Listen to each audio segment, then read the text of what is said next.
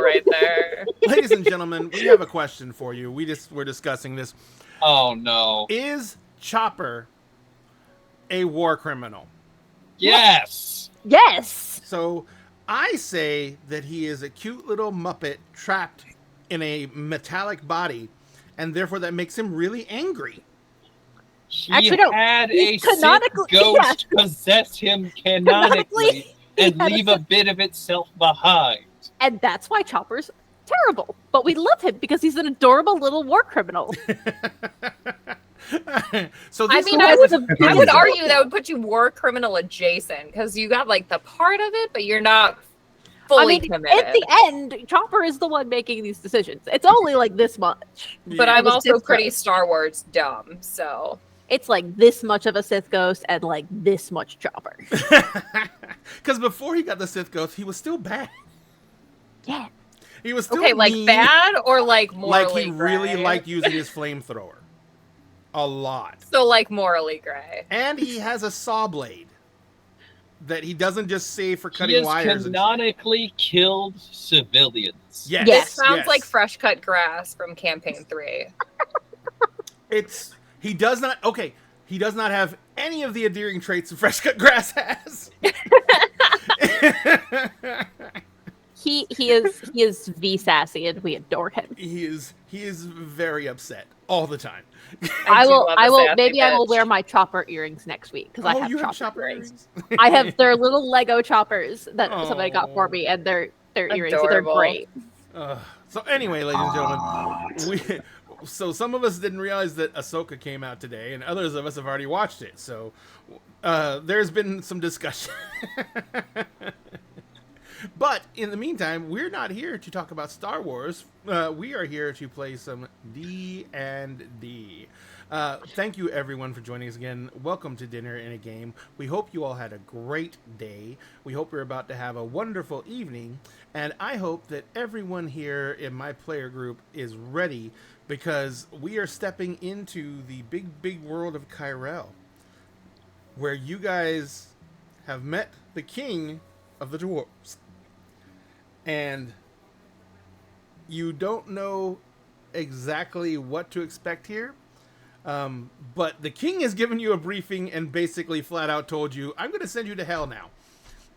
I mean, Have not fun. quite to hell, but Mostly, Mostly to hell. it's hell adjacent. It's very hell adjacent. It's hella adjacent.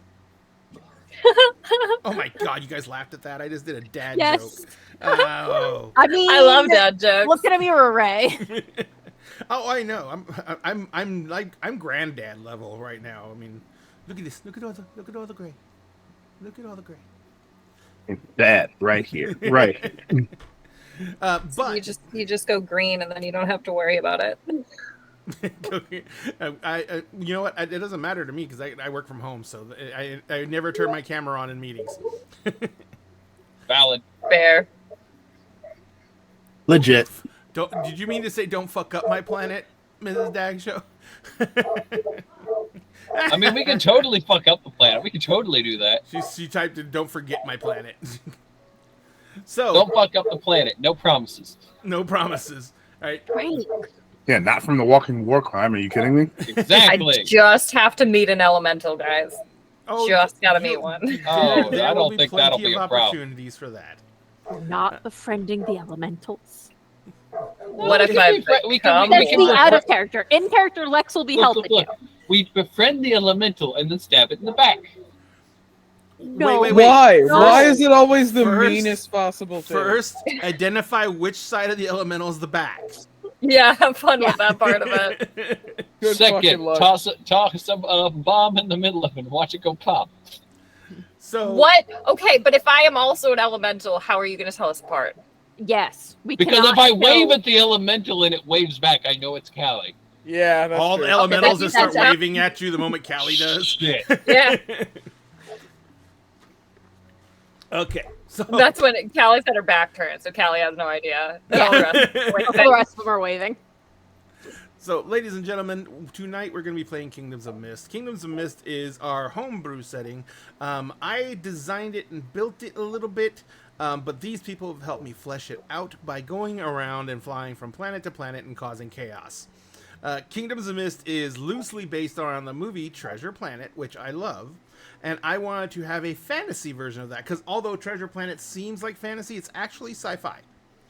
So I wanted a fantasy version of that, and in order to have that, I basically designed a world or universe that they will work in, and then I talked to actual astrophysicists, and they told me how it would never ever work.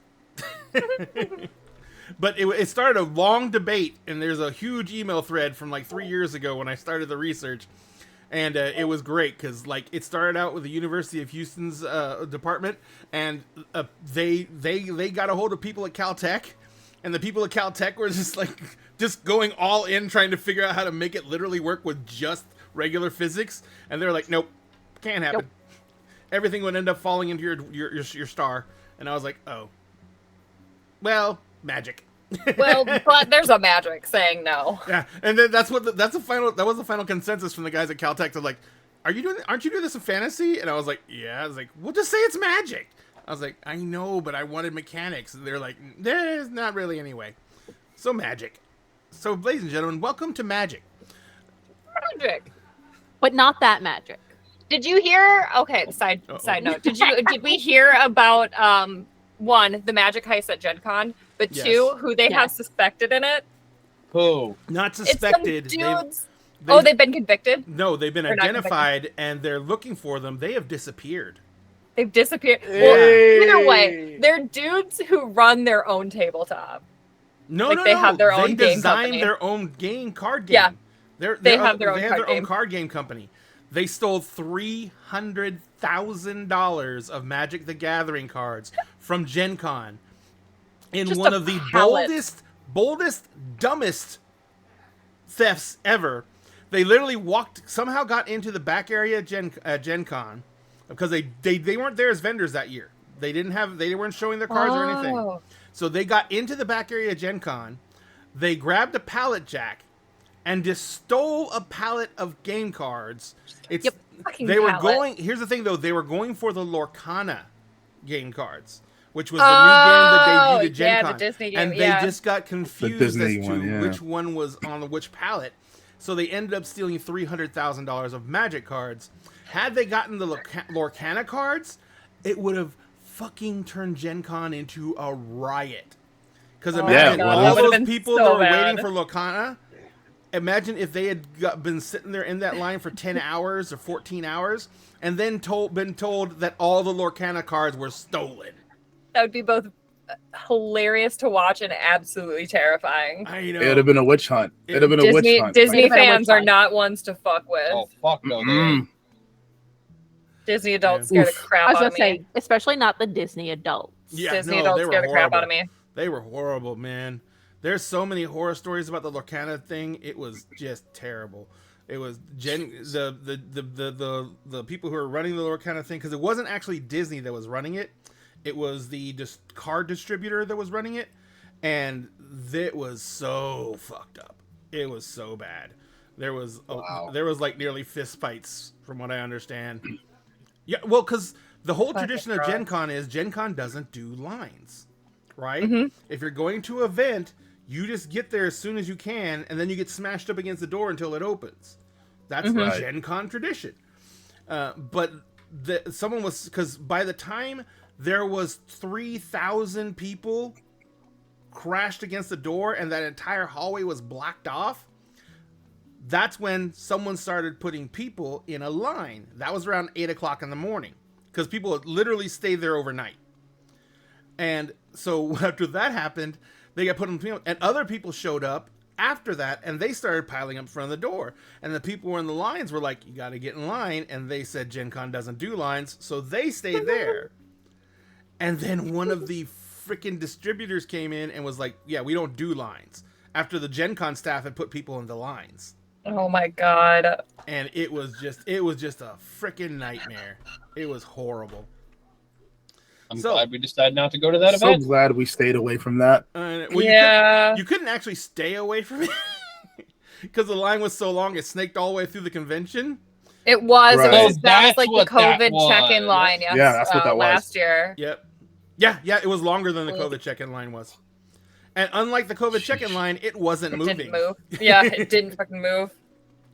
So anyway, enough of the bad stuff. Gen Con was actually wonderful. None of It us was tried to great. get Lorcana cards, which saved us from spending most of our Gen Con standing in line bitching at people. Not to say we didn't bitch at people, but we were having fun doing it. But anyway, tonight We were screaming at each other consensually. yes, Yeah. very much so. Especially Admiral, who loves to be heard. He does. Hi, I love you. I'm sure all of Lorcana recognizes his voice from a panel. What the fuck are you all doing here?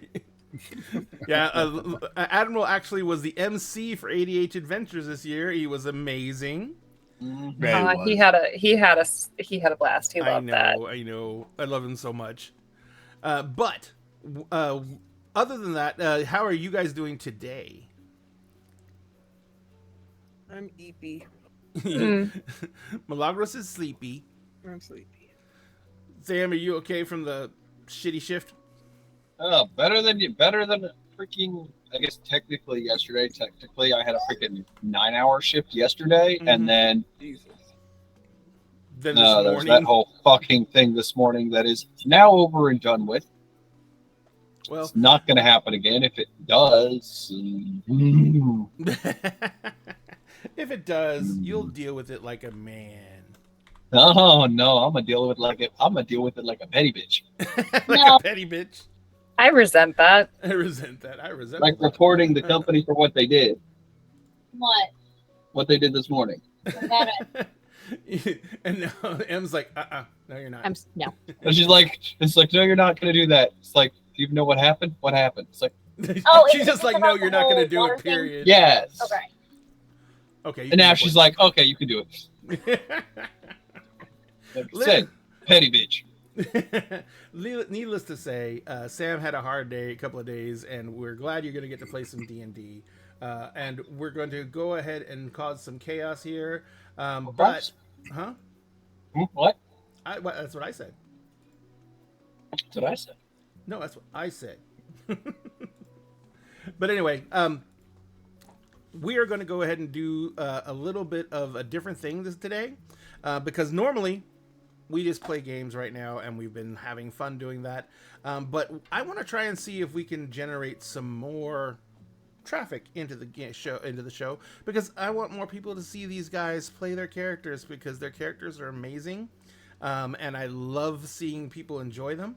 So what I'm going to do to try and help incentivize that is I'm going to go back to starting doing the giveaways again, but instead of doing giveaways where I actually have to do something, which I'm horrible at and horrible at maintaining, I am going to do things where I just order stuff and send it to people. So one of the things I'm doing is we have merch, as you may know, because you can see some of it going through the screen up there. And what we're going to do is we're going to start giving away merch. One of the things we're going to give away first is the actual concept tee for this show. It is the Intelligence is a Dump Stat t-shirt. This shirt is, we have it on our Streamlabs store. It is an amazing shirt. It captures it embodies the entire spirit of this game. Amongst this entire group, there is one brain cell, and Val keeps it, but he constantly forgets he has it. So And lets Drake borrow it. and or worse yet, let's Drake Only borrow reason you it. think Drake borrows it. Drake just sneaks in mentally, takes it, and runs off with it. Pretty much. That's. I think I think don't that think is- Val isn't keeping a tally of how often Drake does that either. Drake's gonna pay for that. Drake's gonna pay for that. Look, Drake is many things. A mind thief is one of them. And then Pretty the much. other three share maybe like half a brain cell between them On a good day. on a Yeah. good day. Yeah, but they're cute, so it's okay. Yes. Very true. So, but yes, we're going to be giving away the Intelligence is a Dump Stat t-shirt. I'm just finding a picture of it real quick. Oh, where is it? It's currently on screen. Oh, is it currently on screen? That's so nice. It's the shirt that's showing on the stream right now. That is the And now Intelligence it's is a gone. Dumb Stat t-shirt. And now it's gone because I was Now going to it's talk about it. That is the Intelligence is a Dumb Stat t-shirt. I'll just get the Wish Razorback I. because I can't find the t-shirt. Boop. There it is right there. And this is the Razorback. You can choose the Razorback if you want because whoever wins can pick whichever shirt they want. But this is the shirt. It says Intelligence is a Dumb Stat. And it's got the natural 1 on the D20 with the little skull with the with the filigree around it, which I love. And then it's got the information for this show on the shirt. And so you people can see where you got it, how you got it, and when you got it. So what we're going to do is we're going to give away 1 shirt to someone in the audience when we go on break. And then at the end of the show, before we do the raid, we're going to give away another one. So we're going to give away 2 shirts. So all you have to do is be in chat when we do the giveaway, and you will be automatically... Oh, sorry, and follow us, because we have to be able to contact you on Twitch. So follow us and be in the chat when we're going to do the giveaway. What we'll do is we'll pull from all the people in chat, and we will go ahead and do the giveaway at the break, and then again at the end of the show. So if that makes perfect sense, then I think we can go ahead and jump into things. Other than reminding you all that please, if you can, do what you can to help the show. We are trying to drive more traffic here. We want to do things that help incentivize you guys to watch the show, because we want to be able to do things like pay people to come onto the show and run. Because like Sphinx has already agreed to do it, but it's going to be pretty far out in his schedule before he's going to have time for it. And then we're looking to bring on content creators again, and bring them back. And because I personally can't do any more. I learned my lesson the last time I crashed and burned. I can't do any more shows. I can't do any more streams. The only thing I really do is I've been streaming Baldur's Gate 3 because I'm playing it anyway, so I'll just stream it when I play it. But other than that, I want more content for the channel because you guys deserve it. And there are a lot of people out there who want to do things like run games, but they don't have the capability of streaming, or they don't have the all the services that I have available. Because like I have Roll20 with everything on it, I have D&D Beyond with everything on it, I have everything like that, because we just write those off because they're used for the show, and we have an LLC. So everything is paid for by the company. We can give people access to that if you want to run D&D. If you want to run anything else, let us know. I have a lot of the other RPG books that are available on Roll20. I have them too. So just let me know what you want to run, and if you're interested in running, and we are going to be bringing more people on to run events, so let me know. And if you want to support the show in other ways, subscribe here. That way you can get notified when all this amazing stuff is happening. Also, you can go ahead and use our link to Many Worlds Taverns, which gives us a little bit of kickback from any order that you put out. And if you do that, Many Worlds Taverns, there is a discount code. Why is none of my commands working? There's a discount code that you can use in Many Worlds Taverns that basically will give you a 10% discount off your entire order. So, and they do a lot of free shipping stuff and everything like that for orders like over $50. Just watch the website for that. And so that way you'll get the 10% off and the $50, the free shipping, because those stack. So, enough talking. Oh, and you can also buy our merch. If you don't want to just wait to win it. You need more tea? Oh yeah, we gotta order more tea. So, but anyway, guys, so where we left off last time, you guys had finally made it to Kyrell after a harrowing descent through a giant storm that is eternally brewing over the world of Kyrell. Well, at least over the habitable portions of the world of Kyrell, because the rest of it is frozen. And literally, if you try and bring an airship in without special designs on the airship to keep it from freezing over, if you bring an airship in, it will freeze over and fall out of the sky. Yeah. Causing a little bit of problems. Yeah, you actually need to do things like you have to get power crystals that can basically warm the wood with friction, And Or would you say? oh, With God friction. damn- Oh, Friction, you fucking say. shit. Hey, if you're not 18, you're 12. Get off this channel. Yeah, it's true. Yep. Yep. I still don't like it. You kind of walked right into that one. Like, Yeah. You really did. I face planted. What can I say? Mm. Oh no. Oh, I know it's not working.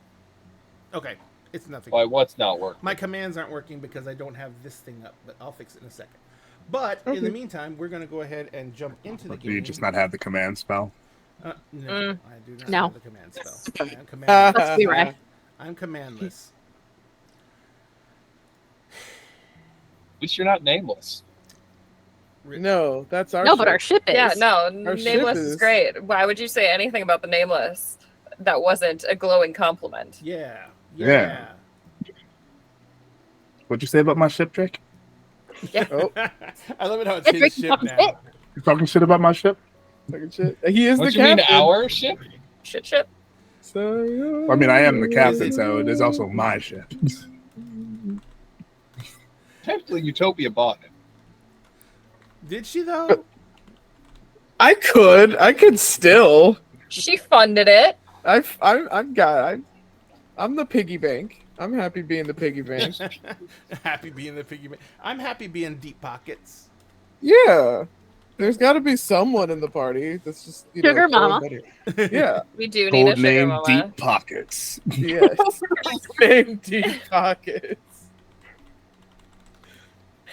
I feel like we're missing the innuendo there. Well, probably not. No, I heard it 100%. Oh, yeah. Okay, well I'm adding that to my list now because That's I one of your think it's- titles. Yes, so far I have Utopia the Redactor and now Codename Deep Pocket. Can we change it to Mama Deep Pockets? Mama Deep Pockets. I mean, she doesn't really have mama energy, Well- does she? Though. No, but if you're gonna do it that way, it has to be said differently, and I'm gonna get all the innuendo for this because it just has to be Mama DP. Mama DP. I love it. And then Camille goes, "You said you were gonna tell them." I don't understand that reference. Don't worry about it, Callie. Don't worry about it. Drake just claps his hands over Callie's ears Oh and my starts God. walking away with her. It's literally like the little kid is like, oh nope, they're using swears, gotta cover her ears. Yep, that's how Callie gets scooped. No, better yet, because this is more likely. It's like Callie just asks, "What's that mean?" And like, "Val, this is on you." Walks off. Val, this is on you. You kids do Still it. don't with You the understand son of a what we- bitch. What, He's what the we were dad, making he's of gotta this. It's deal fine. with It's this. it's fine. It's fine.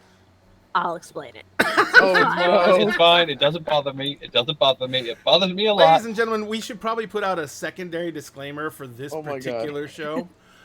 This particular show had an event where these players leveled up in a brothel. I was just You're gonna all say, welcome. Thanks Y'all are to like, our I'm not going to incredible explain this to barbarian. Callie. You took Callie to a brothel. Yeah, and what was she? And she was watched the like, live sex show. Yeah. Yeah. Well, y'all were getting Acrobatic busy. one, too. How much of what was happening did Callie register as like sexual in nature, and how much it was like, ooh, I didn't know they could bend like that. I mean, Yes. there was probably a decent 70-30 split. In favor of what? I was going to ask, Yeah. but I was scared. what is In the favor score on of this? what? In favor of flexible. Yep. She's also sitting there like, why are we doing this acrobatically? Like, I thought you went and like hid in a room. There's so much extra work. And yelled weird things. Anyway. So. But the extra work makes it fun. Agreed. We're going to go ahead and try and play a game now. I mean, we are getting our last long rest before we go to hell. So Yes, you are getting your last long rest. Say, So, at least it's not Hithel. Hithel? Please tell me I'm not the only one who gets that. God, You are the only one. I Yeah. got Clearly. now. So while everyone tries to puzzle out what the hell Sam's talking about, you guys,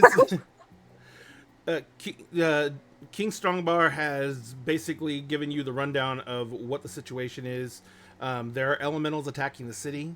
The elementals are actually being able to manifest inside the city, despite any wards or the wall and defenses of the city. But there is actually an army of elementals that's outside the city. The ones that manifest inside the city are usually lone. You guys actually encountered one. You encountered a wind elemental on the way down. But you actually, yeah, you actually have, you haven't seen the quote-unquote army, but you have seen evidence of elemental attacks inside the city. King Strongbar is taking you inside the city. You've gotten a kind of a walkthrough, and you can see that most of the city is actually built into the mountain. There's only like a very small portion of the city that's outside the mountain. Inside the mountain, there is a huge arced dome, and for those of you who don't know, it is actually a, what do they call those chambers in the volcanoes where the giant air pocket forms? Oh god, I used to remember the name of it. But anyway, it is basically a very roundish dome structure, and it's caused by volcanoes getting super hot and then having a blowout one way or the other, and the magma suddenly leaves the chamber, and the chamber hardens that way, and it's just to shut up. And it's just a giant dome ceiling area. Eventually it collapses, but hey, dad.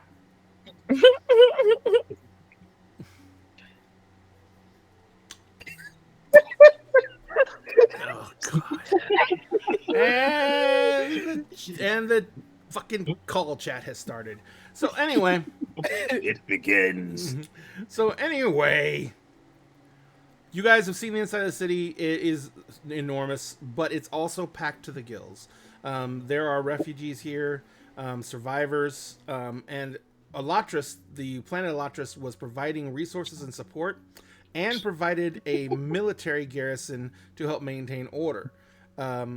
There is obviously some tension between the military attaché and the High King, but everything seems to... Oh, fuck off.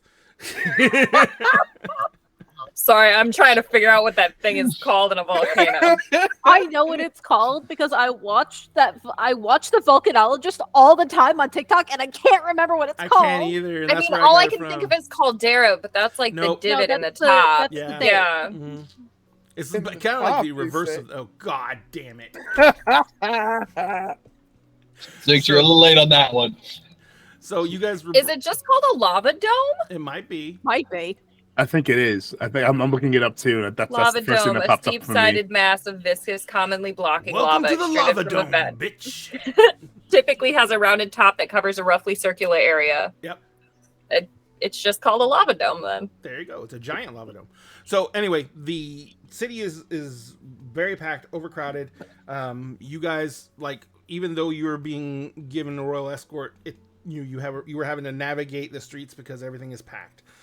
There are literally tents pitched out on the street corners. Shut up. Protrusion, you say? I hate you so much. No, you don't. God damn it! That's what I was gonna type that. I was in the middle of typing that. I didn't know it was a caps lock day. Okay. I Done. didn't know it was a caps lock day. It's always a caps lock day. I don't know. Sometimes we don't do caps lock. It's true. Oh my god. Fine. Did not send water down the wrong tube. Okay, so we're walking through Phrasing. the city. That's basically Gen Con. Yes. Yes. It's worse. It's the dealer's room at Gen Con. Oh, It was the floor this year at Gen Con. It wasn't, well, What? sometimes The it was floor bad. was bad. Yeah. I went once and I was like, I don't need to go back. Yep. I remember we ran into somebody who had a massive panic attack and like cried and had to be escorted out because they were just Poor they were just thing. flipping out because it was just you couldn't if you weren't I'd heard able about to that, be yeah. aggressive, you could not move. You would, If you weren't touching someone, you weren't in that hall. yeah. I mean, Jessica's chair, I thought it would give us some protection. Fuck. No. Absolutely I not. had to walk in front of Jessica's chair and be the breaker to get her chair through the crowd. Mm-hmm. That's ridiculous. And people were still stepping in front of her, between me and the chair, stepping in front of her and making her stop abruptly. And then she and I would get separated because by the time one more person steps in the gap, hundreds more do, and all of a sudden you're like 30 feet away from each other. It was like, literally, it was like trying to navigate a mosh pit without the music. Fuck that. Yeah. I can't say we had much better. But I Yeah. was just very, very. People would try to cut in front of me, and then I'd give them a look, and they'd promptly fuck off. Yeah. Anyway, back to what we're trying to do. Yes. Fucking shit. So, The ADHD is strong tonight. yeah, it is definitely strong. It's tonight. strong every night. But anyway, so the king's entourage brings you to the palace, which, as I said, is built into the side of the dome. And then the very back of the dome, there is a large lava waterfall that pools, Just keep and there's a lava river that goes through the city. And that is actually a major light source, and it's the reason that inside this lava dome, it is actually very, very warm. The residual heating keeps everything very, very warm, and it makes it very, very easy to live here because outside of here, everything is covered in frost, and there's always snow, and it's basically pretty much frozen over. Because of that, also, there is no way to really grow crops for very long. There's no seasons, and it takes a lot to keep the ground clear. So,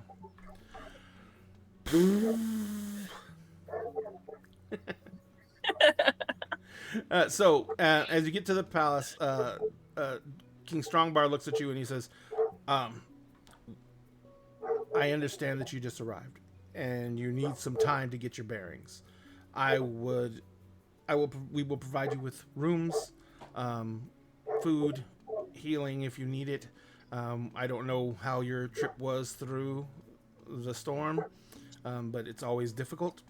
So you can spend time here, but please, time is of the essence. Do what you can as soon as you can. We are beset on all sides. We will need to take some rest, and Val will kind of gesture at the officer crew. But we can head out as soon as we have done that and take a look at what's going on. Very well. I'll have a meal prepared. You will have rooms, baths, whatever you need. And if any of you are injured, I'll send my healers around to see that you're attended to. You have my thanks. He says, "You're the one who was taking the risk for us." He says, and he goes, and he basically leads you guys in. As you there's a kitty. As you guys head in, the castle itself is understated. It seems to be much more like the entryway is very grandiose, and it looks like it was meant to impress. But as soon as you go through the main entry and you come into the main hall is pretty much just a long hall with 6 doors, 3 on either side. At the end, there's a set of double doors that are open and appear to lead into a throne room, which is also an audience hall as well. And there is a lot of people milling around in the throne room. There's a lot of people out in the main hall. There's benches along the walls, and people are sitting at the benches having discussions. The doors to either side, the 6 doors, 3 doors to either side, they're basically thrown open. And you can see that there is people in every single room there's people discussing things, having meetings. As you're walking through and you're walking back towards the throne room, you can hear people discussing things about, what they're going to do for more food, how they're going to ration out the food they have, what they're going to need to do, how well the crops are doing. How much more can they? How many more times can they ask people to try and survive on mushrooms and fungus? They're basically just doing everything. They're discussing a bunch of different things. Sanitation has gotten to be a pretty bad problem with all the overcrowding. Disease is starting to break out, and there are not enough healers here to keep it in check. So everything's there. You can hear just them people actively and loudly discussing all these facts. It's obvious also that King Strongbar has delegated a lot of this to these other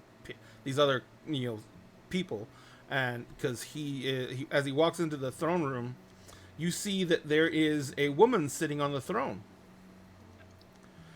She's human, and she's got blonde hair pulled back into a ponytail. She's wearing beat up chainmail armor.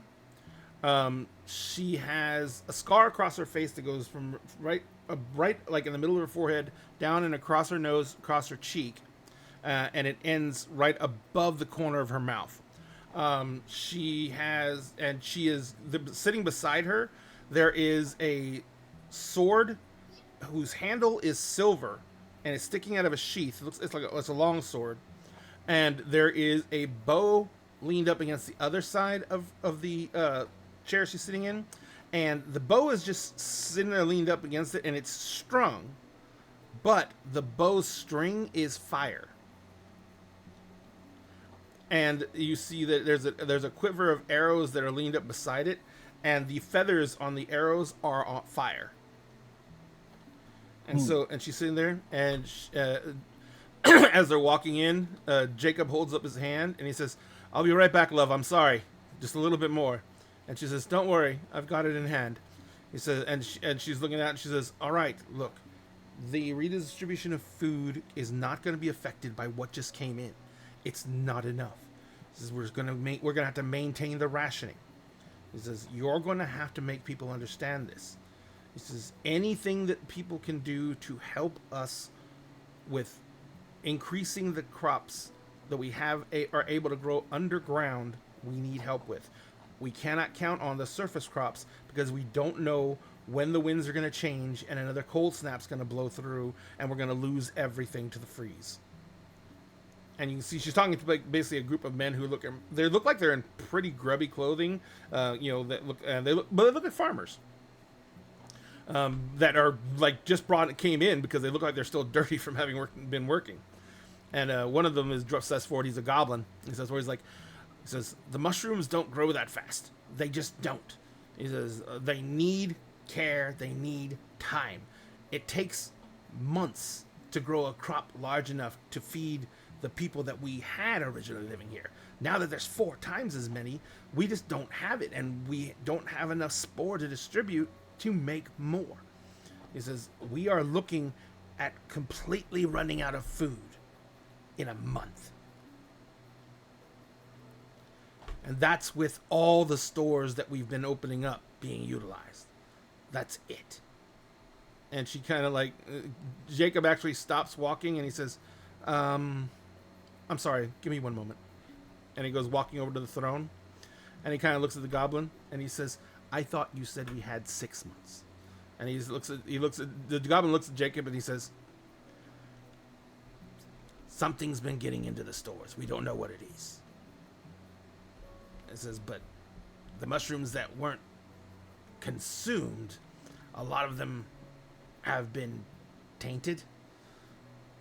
And we did some experiments with them, but they're pretty much toxic. And we lost a good portion of the holds. This is with the supplements that they brought in from the ship. This is I can buy us a month. This is, but I can't make things grow faster. I just can't." He's like, "And we have everything we need. We have fertilizer, we have dark caves, we have everything we need to have an amazing crop of mushrooms. The only thing we don't have is time." And Jacob kind of sits there and he's like, "All right." He's like, "Do what you can. if you need more space, he's like, I can divert the miners, and we can channel out more caves and bring in more topsoil, and give you more area to grow.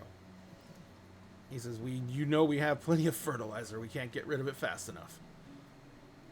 And the guy says, the goblin says, that'll take time, too. I don't know. Your miners are amazing. They're fast. But then we have to bring the topsoil in. We have to cultivate it. It's not going to happen fast no matter what we do. 1 month. And Jacob sighs and says, give him whatever he needs. And the woman nods to him and says, she stands up and walks down. She puts a hand on his shoulder and she leans down. She kisses him on top of the head. And she says, just go take care of them. They're the only real hope we've got. And then he kind of like, he pats her on the hip and then he turns around and walks back over to you. And he says, sorry. Follow me, please. And he turns off of this, he takes a left turn off of the throne, and he walks over to a door. And as he's walking up, the two guards in front of the door, like one of them opens the door for him, and he nods to the guard as he goes by, and the guard kind of like nods to him, and you guys go walking into this long corridor that is, it's like wooden paneled, and there's wooden parquet on the floors, and it's very there's torches and sconces in the walls, but this is a very warm and inviting place, whereas the throne room and the entry hall were all stonework, gorgeous but very imposing. But this has been paneled over with wood paneling. It's very, very homey. It's very, very comfortable. And he says, the guest chambers are right here. He says, the attendees will come and show you to your rooms. He says, I have obviously got things that I must attend to. He says, we're having a meal prepared. It'll be ready in a few hours. I will join you then. He says, in the meantime, if you need anything other than rest, you have free reign of the city. You have free reign of the castle.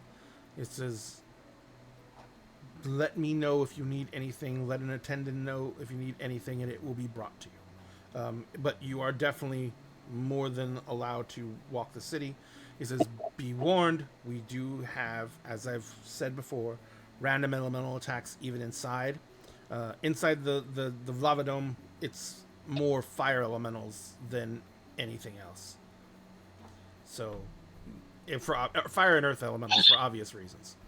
He says, so just be cautious and be careful, and don't go out unless you're armed and armored, is all I'm saying. And he kind of nods, and he begins walking away. He turns around and is walking away, and as he walks away, just almost seemingly from the shadows, this gnome steps out of nowhere and goes, good, I'm glad you're here. Has the king informed you that we will be providing you with rooms? Can I show you to the rooms? By all means. He says, very well. And he goes, he starts walking off, and he walks fast. I mean, his little legs are a blur as he was walking down the hallway. And he says, this portion of the hold was carved out several hundred years ago. It was meant to be servants' quarters, but with the great cataclysm and all the destruction that happened, we converted it into living quarters because a lot of the other areas of the kingdom collapsed into ruin when the mother struck. And so we've been trying to clear out the tunnels, but it's a long process, and we didn't have a lot of people left. And at that point, we didn't have all the survivors come in. They've been trickling in forever. We've uncovered literally little populations of hundreds of people who have been living in their isolated areas, doing their best to survive. When the High King ordered us to start tunneling to try and get to some of the outlying areas that we had outposts in, it took years to tunnel out to these areas. And we finally reached them. We were just looking to see if there was any supplies left. We assumed everyone would be dead. But we kept on finding people alive, finding people able to survive even in these incredible conditions. And that's kind Sounds of like they all went this through quite the happened. ordeal. Yeah, this is how all this happened. Over the last 100 years, bringing more and more people in. It says, and when the king died in some of the initial elemental attacks, he had no children. King Strongbar is not noble. He was an adventurer who was here, and he was a young dwarf when it all happened. And he instantly signed under the king's guard. He began helping where he could. He earned the king's loyalty. And when the king passed, the king's council gave the title to Lord Strongbar. It was on the wishes of the king himself, but it's been a trying transition, as Lord Strongbar is not what the council is used to dealing with. And he doesn't have a lot of patience for politics. His wife, who he married just a few years ago, on the other hand, is very adept. But They sound like quite the team then. this is the other point of legitimization that Lord Strongbar has is that he has the axe. Axe. The axe of the Dwarvish Lord. That's Important. It's a symbol of... It chooses its wielder. Oh.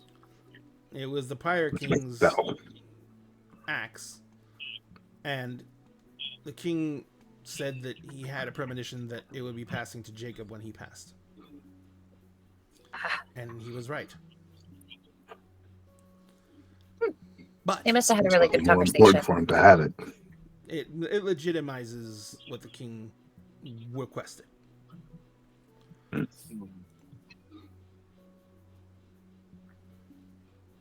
He says, but all that being said, he stops at these. He stops, and you're at a four-way intersection now, and he says, right down here, you're going to find 6 rooms. He says they're all already have. There's the fires are lit, the beds are turned back if you want to go directly to sleep. There are baths that can be set up immediately in the rooms. He says take any room you like. He says there will be attendants coming in a few minutes to see if you need anything. He says I have started the kitchen is preparing a meal.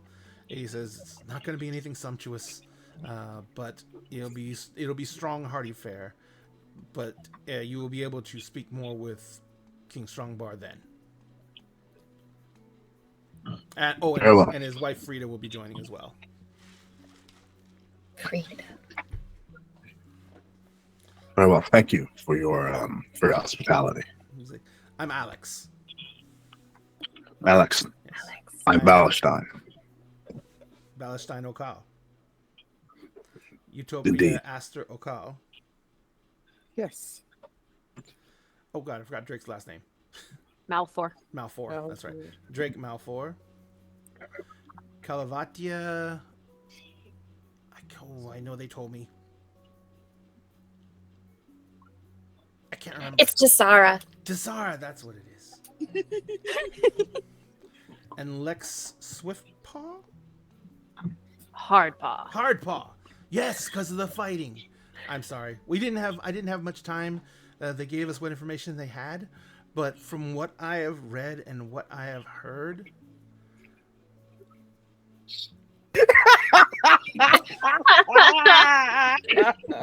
Every time. That's all I can think. That's all I can think. So, from what I have heard of you and your exploits, and from the knowledge that you are the chosen of the Mist Mother, it is an honor to be able to attend you. If you need anything, there are pull ropes in the room that ring to a bell that is in the servants' quarter, the major domo's quarters.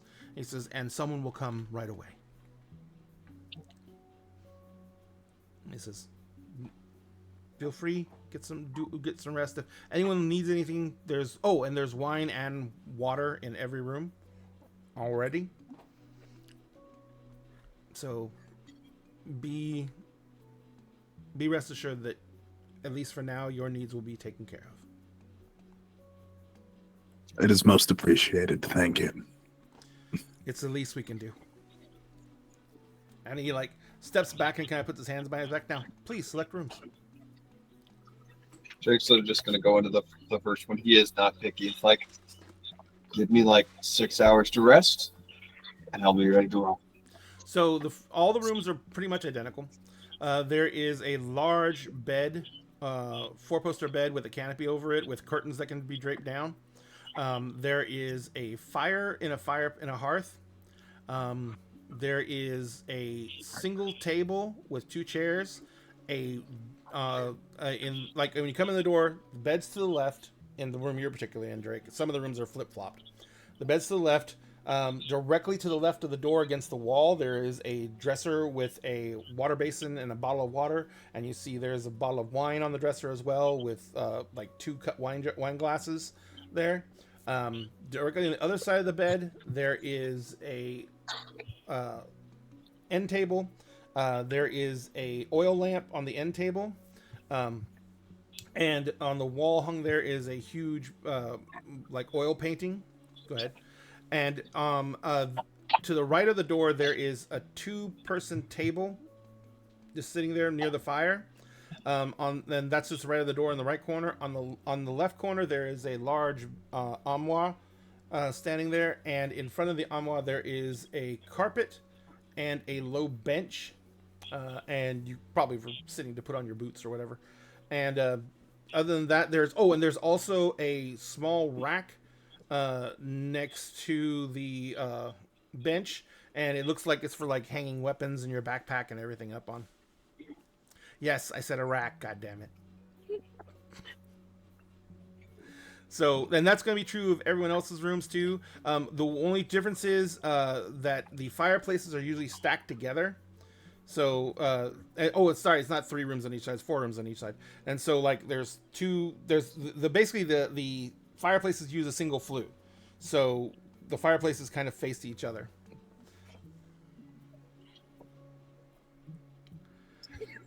Fucking fuck. That was a great joke. That was a good joke. That was a great joke, even. Oh, dang it. What I missed. Let's look at the call chat. Just look at the call chat. Just look at the chat.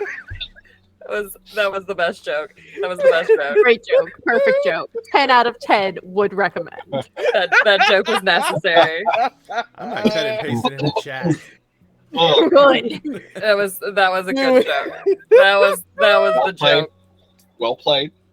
All right, so you guys are pretty much left to your own devices unless you ask for something immediately or you pull there's a pull cord right beside the bed on every room that you could pull, and it doesn't make any noise in your room, but if you do pull it within 4 or 5 minutes, someone will come and knock on the door. So what are y'all doing? After piloting the ship through that storm and literally pouring every bit of psionic energy into shielding the ship during that last half of the trip, Yep. he's going out like a light. There is nothing more important than resting up and getting ready, because the next day is going to be, or when they finally get up and get on with it, is first to the black market to see what they can get, and then straight to hell. All right. So Drake's going to pass out. What about the rest of you? Val's gonna take some time and resummon resummon Inari because he hadn't had a chance to do that since she got popped out of Dragon. existence during that dragon fight. Oh. Oh, and Rami and Ethan. Camille are also with you. Yeah. My boy Ophril. Yeah, Very good, Camille- very good. But Rami takes her own room, That's fair. Oh, but Camille, like, They're you know, still they're refreshing. They're refreshing. They don't Yeah, wanna go too yeah. fast. Need some Yeah, space. yeah. We are going to hell tomorrow, though. So I mean, just saying. yeah. If there's some midnight sneaky sneaks, exactly. no Yeah. judgment. No judgment. Yeah, no judgment at all. No judgment. The No, cat no ears will whatsoever. tune it out. Cat ears are tuning out. Lex will be snoring too loud to even hear it But anymore. how do the cat ears tune it out when they'll be pressed up against the door? All right, so Pressed up Great. against the door, you So say. we know which rooms are near each other. Yeah. gotcha. So you guys, get into the rooms. Who needs what? Are you just gonna pass out? Is anyone gonna actually bother to do thing like bathe? Lex we'll, do will that, bathe. we'll do that in the morning. Yeah. Yeah, Camille- Val's gonna bathe for I've sure. gotta bathe. And Camille like takes you Oh, by the that's shoulders really and big. looks at you, Utopia, and she says, "Bath. You smell like you killed people." Well, well, No We do shit. kill people. were they still people at that point? I don't know. Well, the dragon. Damn. You're covered dragon's in still- gore, sweetie. I know. I just meant the zombie things, but yes, back. That's yes. still gore. At least it's Yes. not Al Gore. Oh, that Oh was my horrible. god. Who's Al Go Gore? to your room. You're asleep. You're Get asleep. it. Hey, you're unconscious. Yeah. Drake is in a coma right now. Let me mute him There's real no quick because sleep.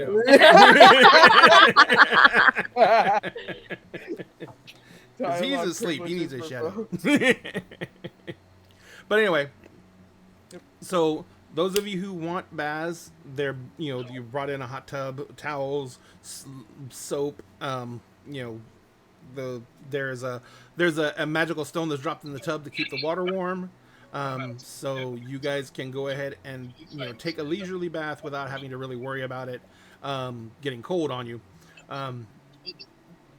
If you guys want something to eat right now, like if any of you are like starving, they will definitely be able to bring you some food, like sandwiches or some snack like that. But if you do not need anything along those lines, then you basically can either take a nap or you can just relax for a bit before the dinner, I should say. But what are you guys going to choose to do? You can also, as was said, you can also go walk around. Callie's gonna go wander around. Okay. So one of the things that you do, did Callie bother to take a bath? I know Liz said that Lex was going to, Camille and Utopia are going to. Yep. Val? Bathing. Bathing. And so Callie's just gonna, Callie's already, Callie doesn't care. Tell anyone we she's can bathe wet. in the morning. No, she told nobody. Okay. Just like peeked outside, saw that nobody was in the hall, and was like, "Perfect," and scurried off. Scurried off. Turned into a mouse and scurried off. No, just kidding.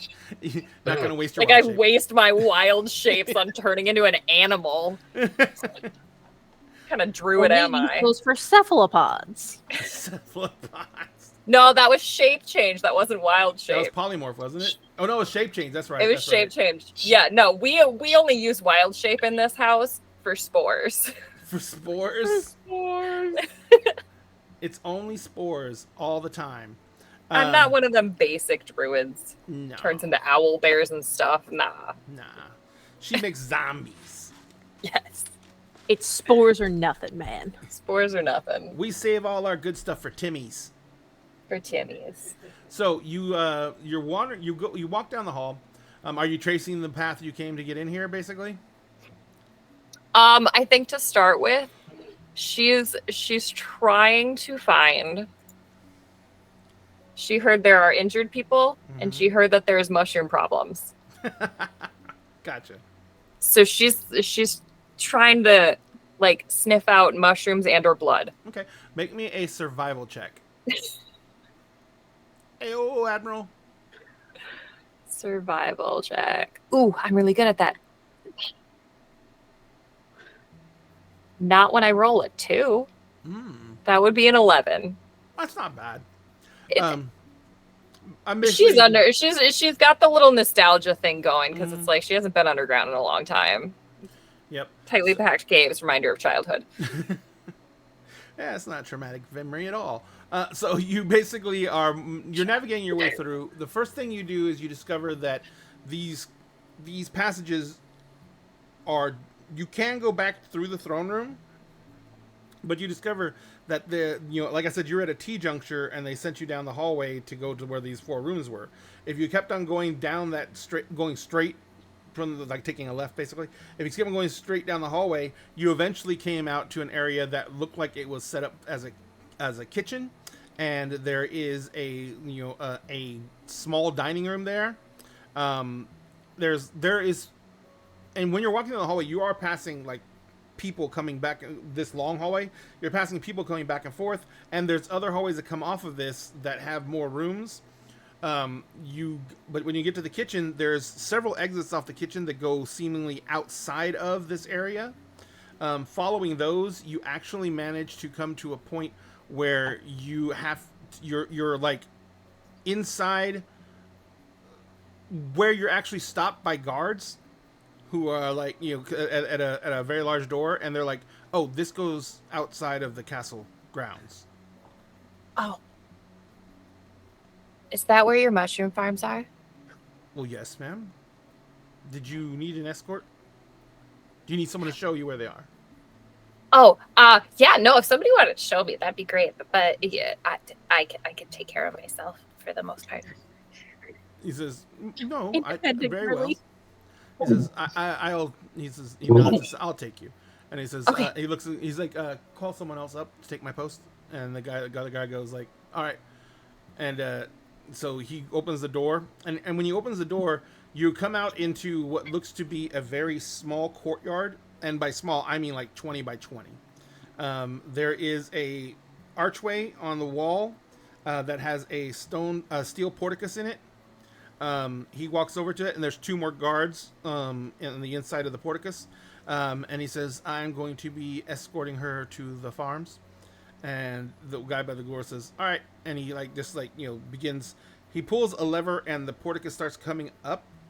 As you are walked out into the street, you are suddenly just walk out into a sea of people. He kind of like, he's equipped, he's armed with a halberd, a polearm basically, and a shield. He also has a warhammer on his hip. But he's like, he begins just like kind of like pushing through the crowd, almost using the shield like like the prow of an ice-breaking ship. And he's moving through the crowd, and he's like, just follow me. He put a hand on my shoulder or something. Okay. She'll just like grab onto a piece of like A strap of his armor or something. yeah, like yeah. Oh, She's shit. grabbing a strap. Oh, boy. Yeah, God. here we go again. The straps. Ugh. Just grab onto something so that she doesn't get lost. Milagros, you're grounded. Word it! Word it! So you begin moving through the city. That's it. I'm writing that song. It writes itself. What are you talking about? But anyway, so yeah, you're hanging on. He moves through the crowd. After about 30 minutes, he comes to a side street that goes basically into a large open mouth cave. The cave entrance is about 40 feet wide. It's only like maybe 15 feet tall though. It looks like it might have been a natural fissure at one time. But it's obvious it's been worked and supported so to stop any cave-ins. You are taken into the cave, and you quickly see that there is very little lighting in here. But with your night vision, you don't have to worry about it. But there is lots, and your people did the same thing.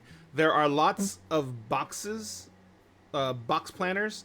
They're about 18 feet long, about 4 feet wide. And each one of them are filled with very dark, loamy earth. And you can see that there is mushroom spore, growing up through it everywhere. They're all in different states of growth, but they look like they were all pretty much planted at the same time because they're all about the same size. You can see that, and this cavern kind of widens out, and it goes on for quite a long time. So this is like way more food than your people would have ever needed. But you can also see that almost every single box has been recently planted. Like this thing has been harvested completely out and replanted. It will be like probably like 2 or 3 weeks before these things can be harvested again. And even looking out over this, like, because the cavern goes back like 150 feet. And so there is like literally, there's 4 rows of these in the cavern. And so there is literally like hundreds and hundreds of these plant boxes. And there's like 60, 70 workers in here just tending to them. And there's like there's light interspersed among it, torches, but not a lot. And they're basically, doing everything they can. They're doing everything they can to keep them, like they're covering them with cheese. They're covering the boxes with cheesecloth and everything like that. They're doing anything they can to help encourage the growth and speed it up. But it's just, it takes time to do this. Yeah. Mushrooms are silly. But you can see that a lot of the people down here are dwarves, gnomes, and goblins. And you can see that they know what they're doing. This is not a case of them trying to grow an unfamiliar crop. They know what they're doing. Yeah, so I think Callie, upon seeing all of these adorable little baby mushrooms, would let us see this. I was halfway prepared. Okay, no, that'd be cruel. We're not going to do that. Thank you for not doing something cruel. It would be rude to ask these guys, hey, where are your dead bodies? I would like to use them. Oh, God. Yeah, probably don't do that. Yeah, that Probably does a bad not idea. sound like a wise venture. So we're gonna do this the old-fashioned way, and she's just gonna slowly walk among the planters and just kind of dig her fingers into the dirt a little bit, and just cast Druidcraft over and over again in each one of the planters to try to get them to sprout a little bit further. Just to give them a little boost, help them grow a little bit faster. Sure. Even though it is a cantrip. And it does not do much. Well, it doesn't do much, but you're gonna decrease the actual growth time down. But what I was gonna say is you also are you're casting it hundreds of times. But yeah, so even though it's a cantrip, by the time if you go through this whole thing, by the time how many spell slots am I sacrificing? You're not sacrificing your spell slots. I was fully prepared. You're gonna take a level of exhaustion. Exhaustion? Yeah. Okay, even cooler. Even cooler.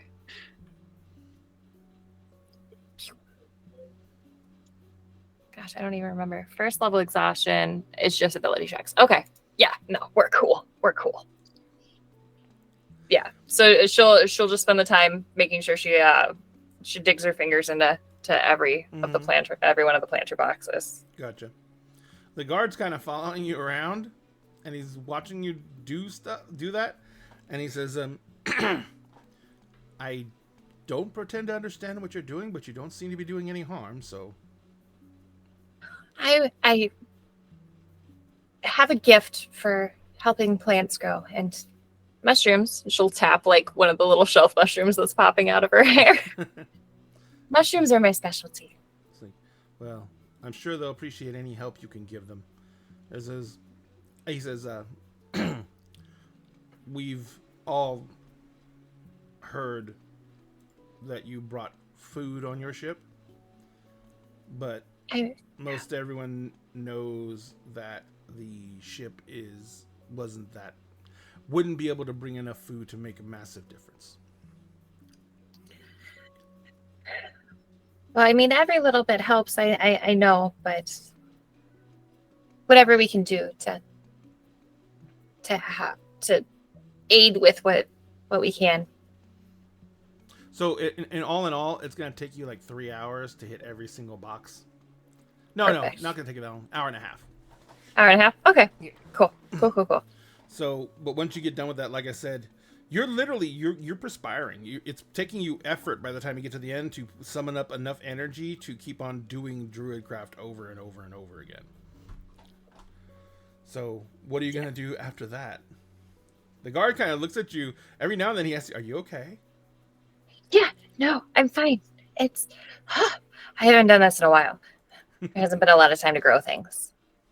She'll be like leaning on her staff just a little bit more by the time she's finished. But so as you're walking back through the chamber, as you're walking back to the chamber, when you get back up to the front where you started, you can already see that there is improvement in the growth rate on the ones at the front. Like there's actually some bulbs that are actually now coming up through the the soil, and I forgot the S. But so you basically see that there's bulbs coming up through the soil where there wasn't any when you came back through. I mean, it could just be your imagination, but you're hoping you'd made a difference. okay.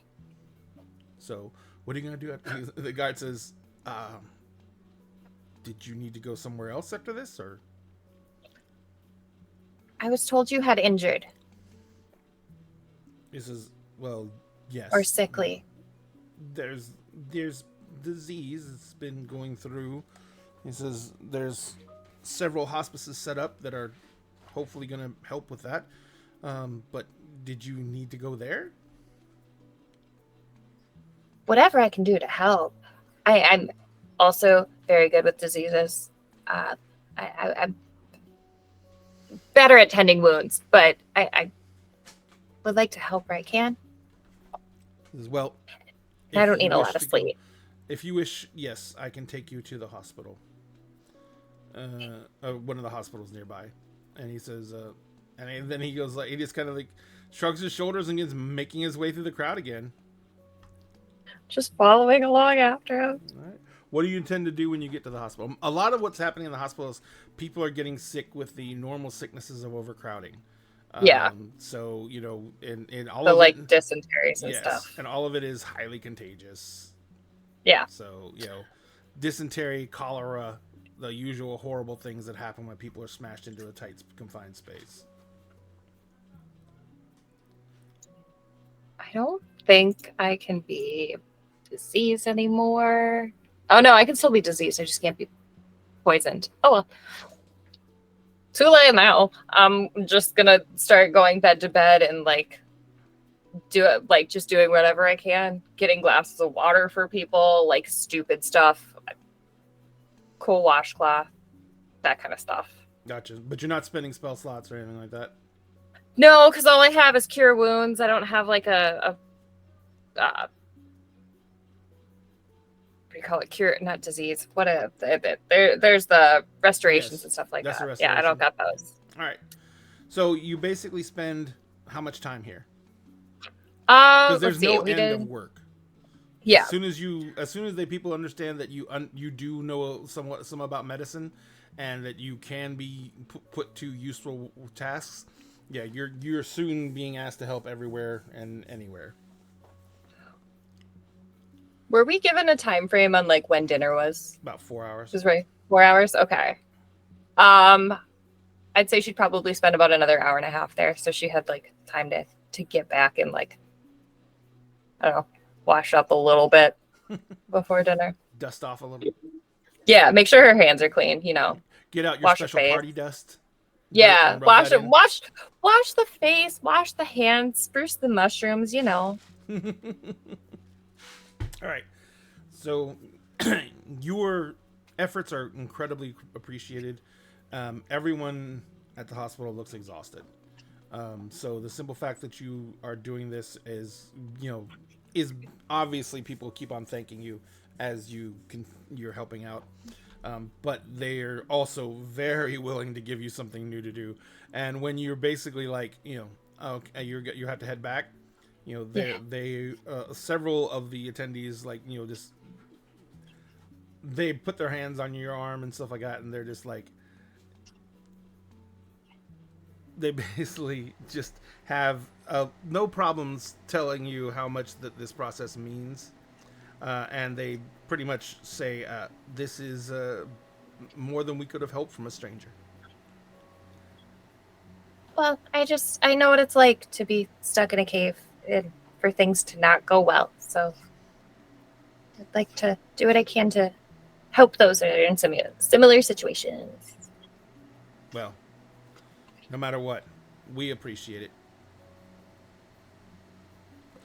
So, yeah, the guard escorts you back. He actually says, "Are you staying in the castle?" Yes, we have rooms there. I know Would you remember? I know where the guest wing is. I can take you back. Okay. Yeah. We were definitely in the castle. This is all right. And he walks you back through the he backs you back. It's not the exact same way you got here, but it's, you know, like I said, there was multiple doors off the kitchen, and you end Yeah. up coming back through the kitchen and back up to, and you, when you're back in through the kitchen, you know your way back to your room. Okay. I think I got it from here. He's like, it's like as you like spin on your heel in the usual Callie fashion and start getting ready to walk off, he kind of just like grabs you by the shoulder, and he says, "Why exactly did you do that?" Because it's something I can do. And it was something that needed to be done. You should always do what you can when you can. And he kind of stops, and he's almost like taken back on his heels, and he looks at you and he says, "Thank you." Well, of course. He says,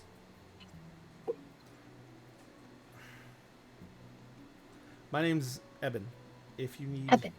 anything in the castle and I can help, just ask for me." Certainly. I'm Callie. It was nice to meet you. It was amazing to meet you, Callie. She'll like spin back around and kind of like stumble as she tries to skip away. Because she's tired as fuck. 'Cause she's tired, and she also probably tripped over her own like feet or something like that, or skirt or something. I guess imagine Callie looking back over her shoulder, sheepishly going, "I always miss the first one." It's fine. It's more fun that way. Just keep going. So you make it back to the wing. Everyone else gets bathed. What are you guys gonna do after you're bathed? Those of you Let's didn't probably just slip just into rest. unconsciousness. Yeah, Lex probably just rests. She's not like as tired as Drake is, but she's a little tired from like holding on to the engine. So you lay down on the bed with the intention of just trying to relax, and you do nod off. I mean, it's a huge, comfy bed, and you haven't slept in a bed. Well, the last time you used the bed, you didn't do any sleeping, so, and the rest of the time you've been in like hammocks or something like that on the ship. So it's very nice to be in a very soft, comfortable bed, and you do doze off. What about you, Val? Val takes a bath. He resummons Inari. And to relax, he's going to take out his lute and kind of strum aimlessly. Gotcha. So you're just literally doing. I mean, the last time you did this, you're performing, but this time you're just playing to enjoy the music you're making. Yeah. You're not trying to impress. You're playing music because it's what you love to do. So, so you spend the rest of the time, and that's basically incredibly relaxing for you anyway. So you spend the rest of the time doing that. Utopia, you take a bath.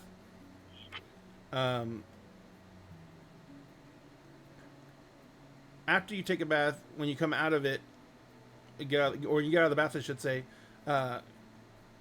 Camille is like, she's already taken your armor and has been polishing it and trying to get the gray matter out of some places, scraping off the dried blood. She's kind of she says, "You know, when I said that I was gonna help take care of you and stuff, I really didn't realize what I was in for." And she like holds up the breastplate you're wearing that is literally just covered with ichor and stuff. She's like, Yeah. "This is disgusting." And she looks at it. She's like holding sideways. Is like, "What is that? A fingernail?" Well, I'm not. It might be a scale. I did kind of punch through the dragon, and Like, a lot of this is dragon guts. it. Dragon. We don't know what parts of it It's it is. dragon, miscellaneous dragon bits. Camille's just like, you know, I'm gonna have a talk with the horse. It needs to stop flying you into trouble. Well, I don't know if you'll be able to convince him. He seems to enjoy it. He loves it. It's what he's for. And she says, "That's not very helpful on the No. whole worrying factor." He looks forward to it more than me. Even getting blown up didn't deter him. No, he was upset that I didn't resummon him sooner after he blew up. Great. So he doesn't fear death. Well, I don't think So he I can't can leave him die. in charge at all. Oh my god. I don't think he can die. I feel like exploding would have been it if he could. Camille kind of shakes her head. She's like, "All right." She says, "I need to get ready as well. I'm going to go to one of the other empty rooms and have a bath drawn in there so you can finish getting ready in here." She says, Okay. "Leave the armor. I will clean it when I get back." Okay. Thank you. She kind of looks at you and she's like, "You keep us all alive, so no thanks needed." I was like- in her sleep, like You're fucking not sneezes. right there. You're in your own room asleep. In her sleep, like sneezes. Lex just wakes up sneezing all of a sudden. Someone just dissed me. Oh, there's a dog around here. My allergies. So Before she leaves, Utopia is gonna kind of like shuffle over and give her a hug anyway. oh yeah, she's like, Yeah. now you're gonna have to bathe again because you know I was cleaning Gruck off of your armor. I'm covered in chunks. She's gonna give her a little forehead kiss. She doesn't care. She shakes her head. She's like, "All right, I'm gonna go cleaned up, so I'll be back." Okay. And she grabs her pack as she heads out of the room. So you are left to your own devices for a bit, Utopia. And as she walks out of the room and the door closes, you Okay. realize that this is the first time in weeks that you have been actually alone. Uh-oh. Uh-oh. That's not good. Are we in danger now? That's not good. Danger. I don't And know. guess what? We're gonna go to break. Oh, for Ah, bastard. I knew he was gonna do that. Bastard. of course. Son of a bitch. We're gonna take about a 10-minute Oh, break. I'm- I'm out of drink, and we all need to take a little breather in for a minute. So Fucking knew we it. will be back in 10 I minutes. fucking We'll see knew you guys it. then. Bye.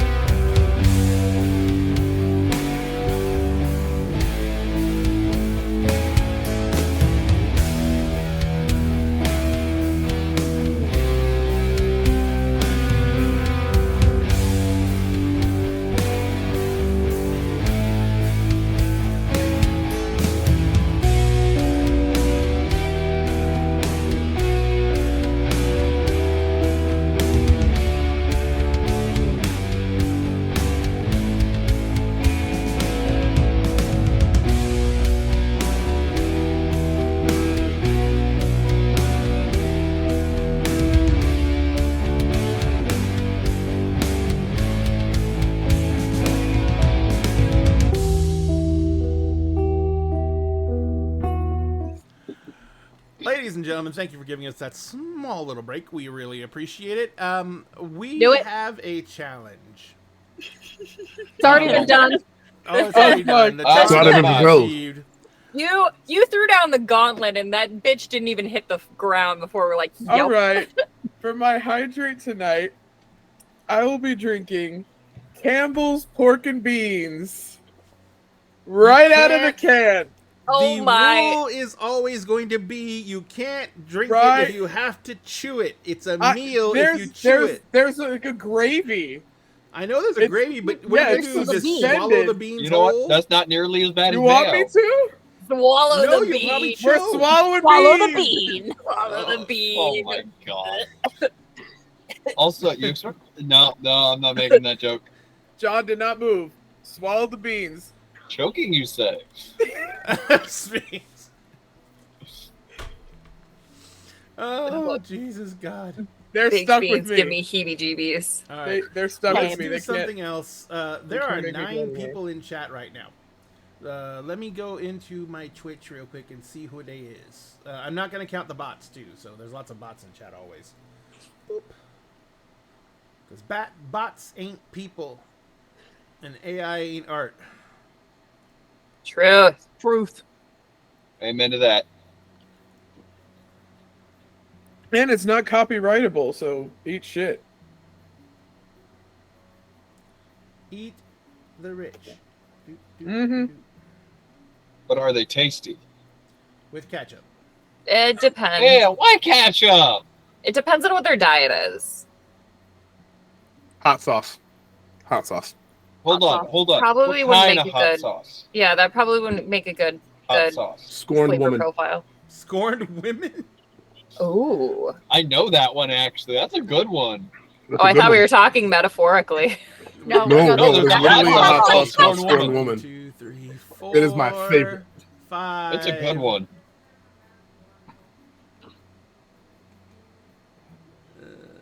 6,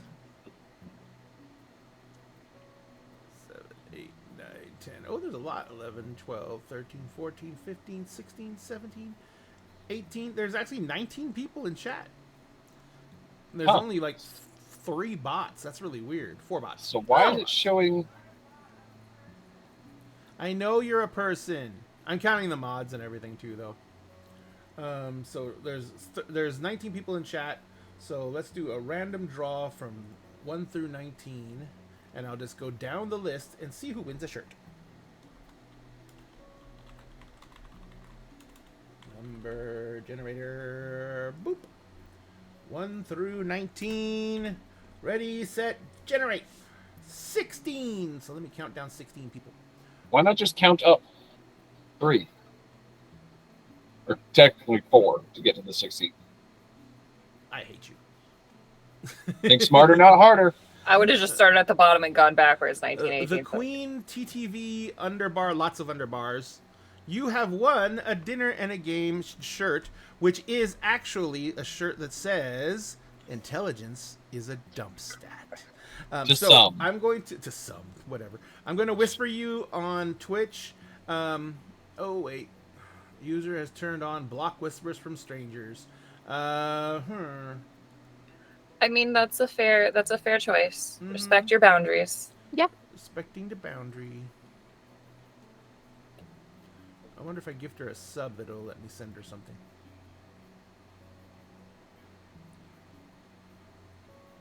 Boop.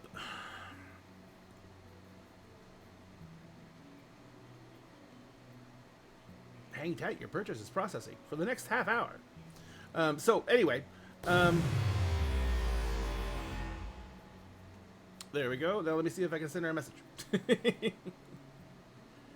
That lets me send her You a never message. Got it. All right. So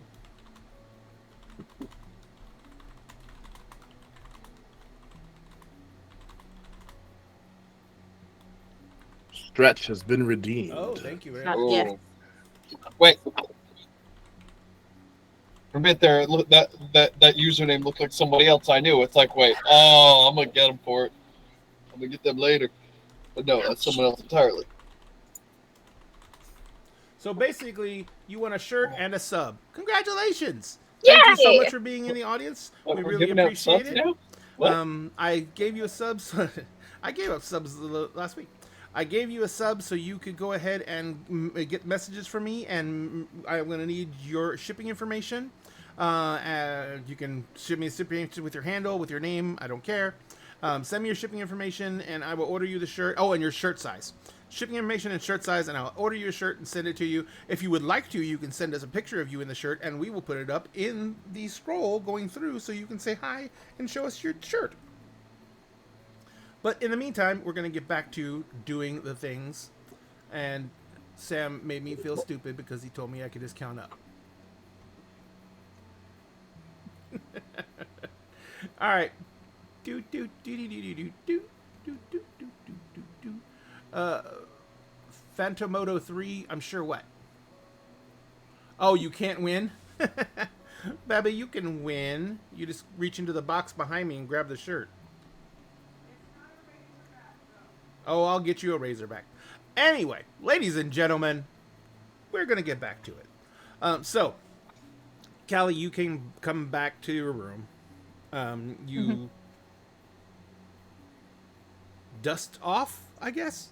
I think she would take the water pitcher that's like for drinking and like there's a bowl for hand washing too. yeah, just scrub up her arms and her face until it's nice and pink. Oh, yeah, I did forget. You're right. But we'll get back to you in a second. So, yeah, you basically scour off the areas that you think are going to be publicly available. You polish up some mushrooms that you can see in the mirror. Just make sure that they look nice. They look nice. They enjoy their petting. Yes. Have to have happy mushrooms. Absolutely. So as you're going through the steps of that, you hear steps kind of walk up to your door, and there's a knock. Go open the door. Hello? Camille is standing outside your door. Hello? Her hair looks like it's still wet, and she's basically kind of like she's in a bathrobe, and she has slippers on, and she says, "Callie." Yeah.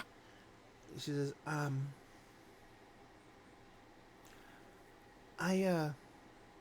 know that you know healing magic, right? Yeah. So, I need to talk to you about something. Okay. Do you want to come in? We can sit down. Sure, yeah, please. Yeah, thank you. Yeah. And she kind of walks into the room with you, and she sits down. And there's that little table with the two chairs. Yeah. So she sits down in one of the chairs, and she says, so, a lot of weird stuff has been happening. Yeah. And, I was doing everything I could. I was trying to learn how to shoot a bow. I wanted to be able to help out in some way. Mhm. So, something weird happened. Okay. And I don't know what to think about it. Okay. Well, I can't promise that I'll understand, but I can certainly try. Okay. So, when everything was going crazy on the ship and you guys went over to the other ship and you turned into the giant sky squid, so I was back on the ship, and there were people who had, there was other boarding actions other than the one that happened on deck. People came in other places, and there was some fighting below decks, and there was people who were hurt. So I naturally went and started helping with bandaging the wounded and everything like that. Wanted to make sure that everyone, and the dwarves, of course, the clerics were healing. It was, it was going okay. He says, and I was bandaging up this young man who I didn't think was going to make it. And their dwarves were all running out of healing magics by then. We found him kind of down by the engine room, and apparently he had put up a valiant stand, and they basically, the battery room, I should say, and there was basically three of the undead things were in the battery room trying to disassemble the battery, and he managed to take them down, but he was hurt very badly. And I was really, really desperate because I was watching him die in front of me. It's very scary. Yeah, I know. And so when I was trying to make him, trying to do anything to save him, I felt something very strange come over me. Okay. When you heal people, Mhm. do you feel something weird? Like something going out of you and into them? I mean, a little bit. It's more of a transfer of energy. It's like a body's kind of. It's like a city, and you know sometimes cities get bad situations, fires, stuff like that, and He says, you kind of sneak in and you fix it. It's kind of like running around a little bit, and you trade some of your good for their bad, says and I, you kind of supercharge what they have, but yeah, you do kind of leave a little bit of yourself behind. so I was by myself down there with him. I was yelling for help. I was trying to stop the bleeding. And then a bunch of light formed around my hands. Oh, And I felt dizzy for a second. And then he was still hurt, mm-hmm. but it wasn't as bad. Oh, well, honey, you have magic. How? I really don't know. There's all kinds of different magics. My magic kind of. I don't know how I got my magic. It was kind of always there. But I know there's some people that study and get magic that way. And I know some people are just picked later in life and they get their magic that way. Picked by what? Well, I think that's that in this situation, that feels a little obvious. But I feel like maybe the Mist Mother, in watching us and watching you, decided to gift you something so that you can help. There's a reason that I'm worried about who might have picked me. I'm absolutely 100% on board if the Miss Mother picked me. Okay. But up until I met these people, you weren't there in the beginning, but Utopia, the Orc brothers, Val, Aeom, until I met them, we were all desperate, and I encountered something, and it let me live.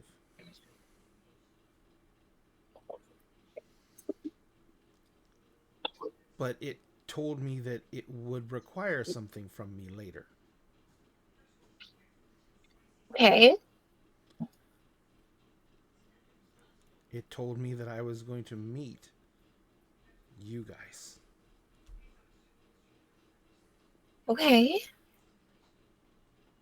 And that when the time came, it would ask me for a favor. Not a favor. It didn't say a favor. It said it would put me to a task that I needed to complete. And if I completed it, it would grant me boon. Okay.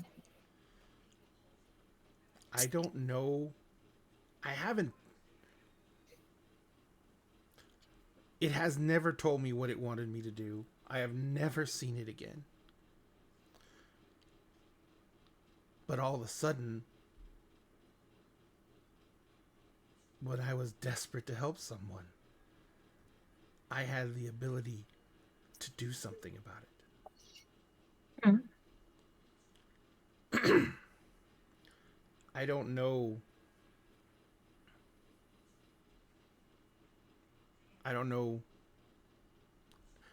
The creature does not strike me as something that would deal with light.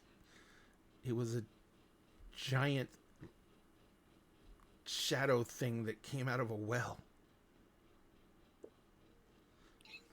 I haven't told Utopia about it because I don't need her worrying about another thing when you guys are about to go there.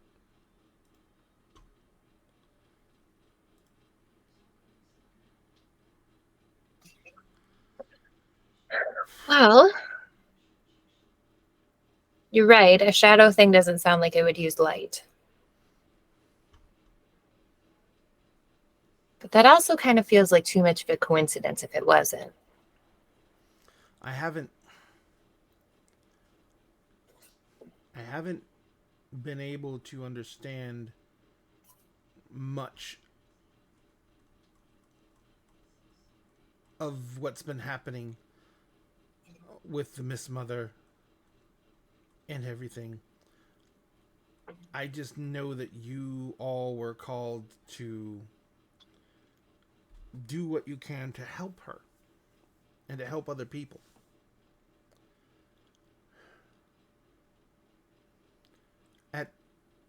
And I've always kind of felt like a drag because only thing I can really do is, clean Utopia's armor and cook you guys dinner. Oh, you do so much more than that. Yeah, but that's private stuff. Oh, you do other stuff in private too. I just meant like you're around. You'd be amazed how much it helps when you can just have somebody listen to you. Or she smiles at you and she says, okay, but what I'm trying to say is, on one hand, if I have some kind of weird new abilities and I can help, then I want to help. But I don't know how to track this down. Where did this stuff come from? So I was wondering if you knew how you got your abilities. well, mine's part of a family line. My mother was also a druid, and a lot of my family, older family, had the power before. It was a passed down situation. It's just like, my family have always been, we've just done what we could to make ends meet. We never had a wizard or a priest or anything like that in the family. We just did what we could. My parents passed away. I, went to live with my grandparents. That's how I got Nayla. There's nothing special about me. Nothing that would... I don't know why this happened to me. Any of this. When I compare myself to what you all can do, it's very confusing.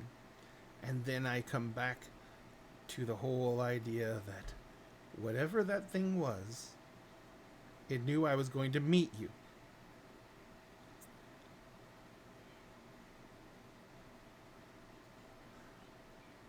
And it knew that that was going to be significant. It had me. It prepared me to meet them. I was not shocked. I was not afraid.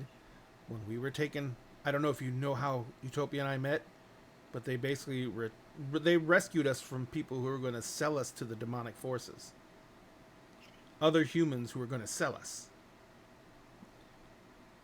And, Well, that's a terrible thing to do. but I wasn't scared because I already knew that we were going to be rescued.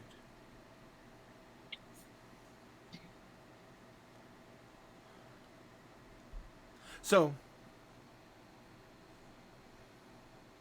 I'm just saying, I'm worried that I want to help, but I'm worried that if these powers came from something else, that if I start using these or trying to explore them, then I'm agreeing to take them, to use them. And if I agree to use them, that means it may ask me Demand to- its price. Yes. Hmm. Well, that's a tough one. I know. 'Cause I'm you should- sorry. No, it's I would have 'cause you asked. could I would just- have asked Val, but he's got all the stuff happening with Rami right now, and Mhm. I like Drake kind of a little bit sometimes, but I don't feel comfortable talking to him. And frankly, I don't know if Lex would really understand because she can't kill it or fuck it.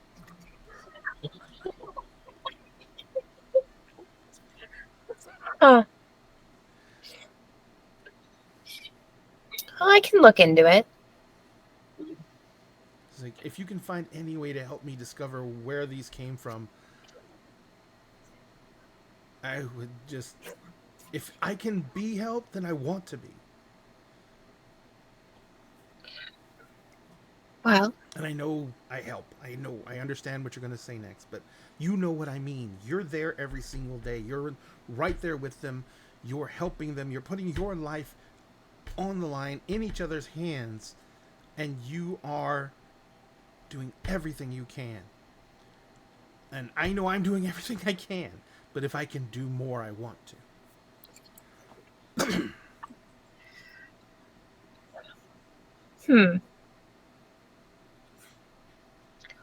Well, we could always look at going to a temple. I know we don't really have time to do a lot of that stuff, but maybe we could figure it out. If we go to a temple, we might be able to work with one of the people, one of the clerics or the holy people there, and they might be able to. They might know more, but also we could maybe plea on your behalf, and we could have sort of a counter argument or a counter deal to this shadow thing. And we can either tell it to fuck off, or if they're not bad, then we can be like, cool, we're buddies now.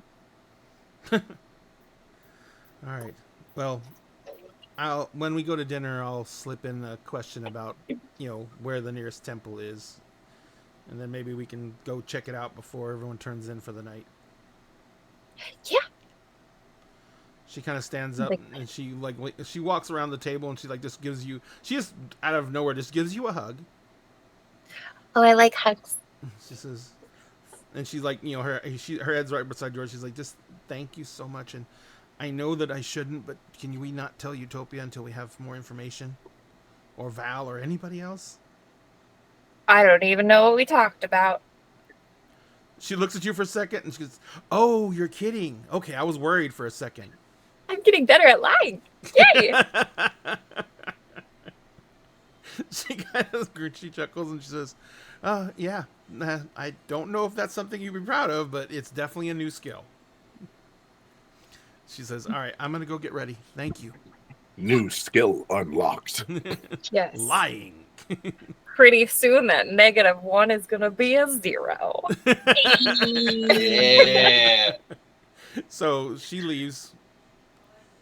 So while all that's happening, Utopia. For fuck's sake. The lonely girl.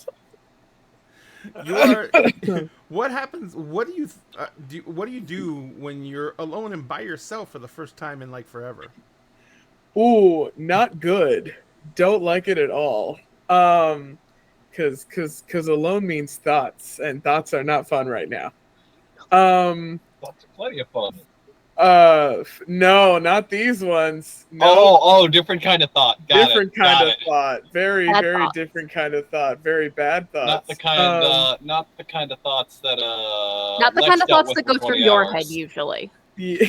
Or the kind of ones Lex dealt with for 20 hours. I was literally about to make a Lex joke. Not the You kind beat of me thoughts to that it. make thirst traps on TikTok. No, these are very not Aw. fun thoughts. Aw. Yeah, I know, Sphinx, you gotta go. Boo. Get out.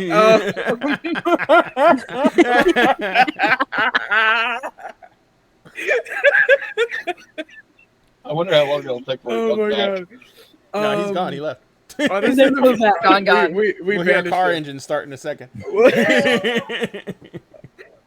Maybe banishment. Where would Sphinx go? maybe one of his pets will replace him. Maybe Gallifrey will show up and sit in his chair. But yeah, I was half when expecting Razzie. Little round baby. yeah, when Utopia she has kind of like a second where she's kind of like buffering, and then she's like, oh no, because usually when she's separated from the group, some spooky thing comes out of the darkness and is like, ooh, your bloodline burst. So honestly, she's gonna look at her armor and be like, I could probably clean it. It would be fine. I could probably clean it. Yeah, it'll be nice for Camille to not have to. She just took a bath. And she's gonna ruin it. And she's like, but like I can. How hard can it be? You know, it'll be fine. And she's gonna try. Ooh, you're mentally ill. Yeah, she's trying to not have, you know, that moment where it's just like, oh, I'm all by myself.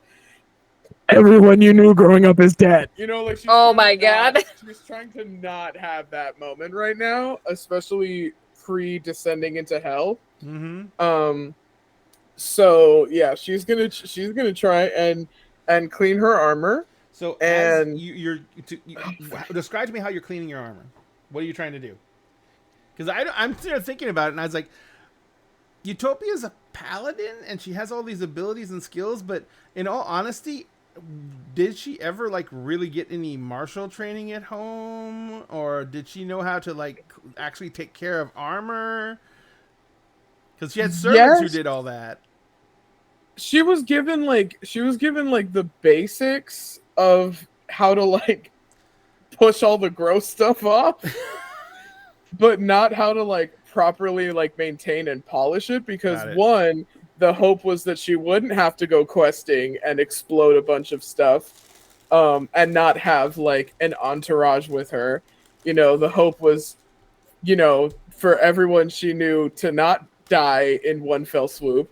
So she was kind of taught like the basics for it to not like hamper her in a dangerous situation, but not to a significant extent. So she's just kind of like pushing the gross stuff off. All right. So you're doing you like went over and you got one of the washcloths from the bath, and you're kind of just like trying to buffer it out and everything like that. Yep. And so as you're doing that, you're hyper focusing because you don't want to think of anything else. No, she does not want to have a You're- single yeah. thought right now. You're like sitting at that little round table. The breastplate's on the round table. You're like kind of like half sitting, half standing in the chair, and just rubbing the shit out of the breastplate. Yep. Mm-hmm. And so you're just like gone to the world. This is gonna get clean. Yeah, This like is she gonna get keeps clean. having like little things. I'm just like, oh, I remember when I got like bullet holes in it, and Sugash fixed it. I miss Sugash. We're not thinking about that. We're not gonna think about that. I We're miss not gonna Sugash. Sugash left me. Yeah, exactly. Sugash left me just like everybody. Oh shit. Oh fuck. Like Clean it's armor. just a lot Clean of. armor. It's just whack-a-mole with like intrusive, depressed sex. Oh my god. So what you're saying is it's Tuesdays. Yes. Oof. Damn. Oof. Damn. So so you're sitting there doing that, and then you hear from the bed. It goes a lot easier if you use the same oil you use for polishing swords. God gonna damn it, guess Meatball. it's not Camille's voice. No. Peep. No, of course not. Because You why would that recognize the happen? voice. Oh my god! You Peepaw recognize it strikes very, very well. Who the fuck is it? Is Your it father. Peepaw again? Oh, Whoa, whoa, whoa, whoa, whoa, whoa, whoa, whoa, Your whoa, Uncle whoa, Father. whoa. Uncle Father. Okay, I was gonna ask Uncle Father or Father. No, it's your Uncle Father. Uncle Father. She's not gonna turn around. She's like, no, I finally snapped. I lost it. I've lost it. That ship, that ride through. Nope. I finally went. That's what Finally- did it. Drake's flying. That's Yeah, son of a Drake's bitch. flying. She finally lost her fucking shit. I'm gonna go find Drake. I'm gonna hit him with my hammer. It's gonna be I'm fine. It's gonna be fine. She's literally like, wow, I'm about to descend into hell, and I actually just lost my mind. That's gonna be great. She's not turning. She's nope. As you're This ignoring happens it, every time. as you're ignoring it, you hear you hear Pop it a hole into you the hear armor. creaking as if someone's getting off the bed, and you hear someone rummaging around in your pack, Oh, I want to look, but I'm not gonna look. and a shadow comes over you as someone walks up behind you, Oh my god. and they set down the little oil canister that Camille gives in your pack. That's the oil for polishing your armor and stuff like that. Mhm. And the cloth she keeps doing it with. And a hand puts it down on the table beside you. Does the hand look emaciated? No, looks like a normal hand. And the signet ring of the house that you are currently Oh my wearing is on his right God. hand. oh, that's itchy. Are they actually there? Punch them. She's gonna wait. Punch a ghost in the face. Look. If you make contact with it and it says ow, then it's not a ghost, it's a real thing. Punch it in the She's face. gonna like kind of scoot her hand over and like extend her pinky and like try Oh no, to he tap didn't leave his it. hand there unless you're doing it real quick. He just like puts his hand, stands up, and then he walks back, and you hear him sit back down on the bed. Ghost can probably do that, right? I feel like that's a ghosty Are you thing, saying right? this out loud, or are you just in your head? No, she's thinking this. Oh my god, this is a nightmare. He says Oh. you hear him say, "So I don't have a lot of time." So you are a ghost. No, I'm not. That's gonna get her to turn around. Got a hole in his chest. No, he no, doesn't. because because the way that she thinks, because I can never trust anything Ray has ever said ever for this entire time. Whose fault Is was that that? he was like fucking left under the house in like a cell, and he Mhm. just died there Mm-hmm. over however long it took. Mm-hmm. So like when she found him, he was like, you know, Starved. yes.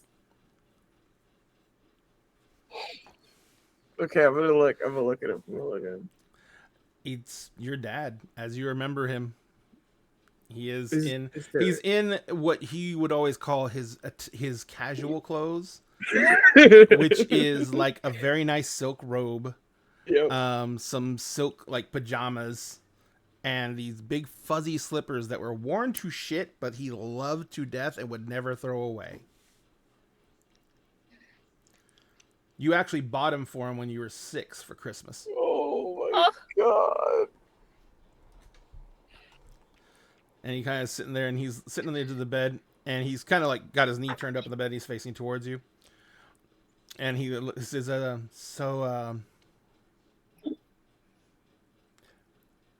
I want to start by saying I'm very sorry.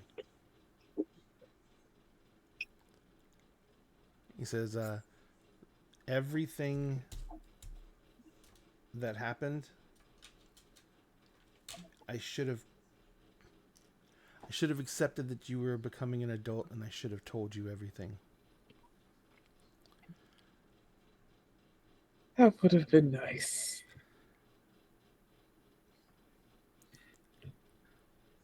When you came to live with me, after everything happened, the only thing I knew is that you and I were the last of our family. And when the devil showed up and showed me the contract, and I understood that I had to find some way out of it, I knew that if I didn't,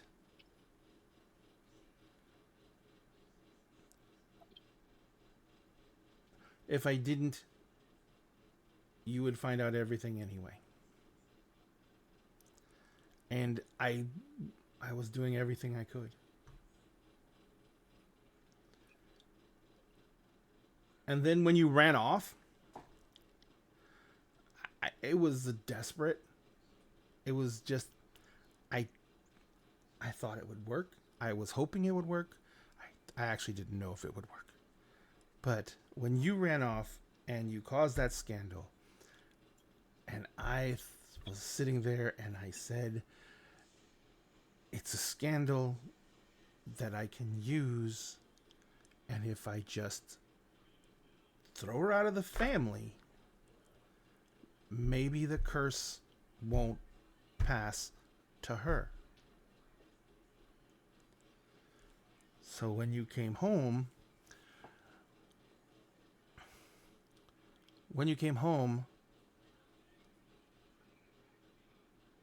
I knew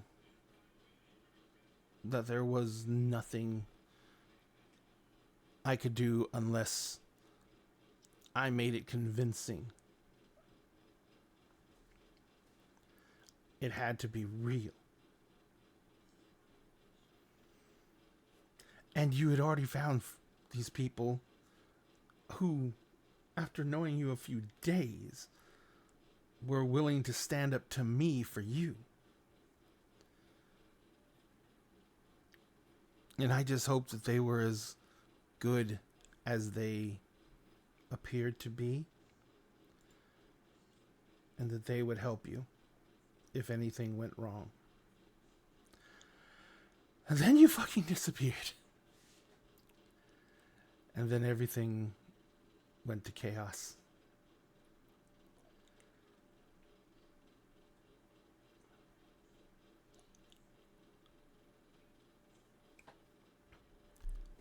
Nothing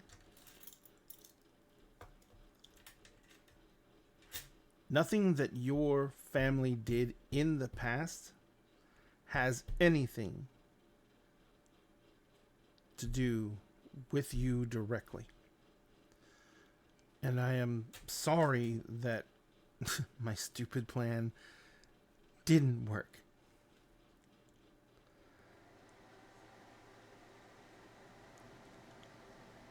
I had already spent so much money trying to find ways to get out of this without revealing enough to have our family thrown out of Ayla for consorting with devils. And I didn't know what else to do, and I was desperate.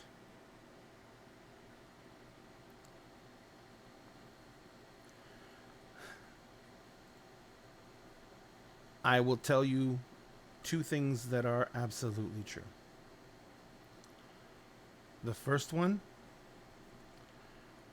is that our blood was used to write and sign the contract, the physical document. And that means that it is our descendants, everyone. The contract is binding to our family's bloodline. If you have any children and this has not been taken care of, it will fall to them.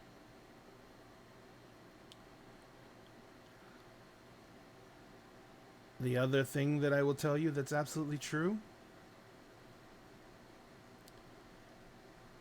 is that I love you.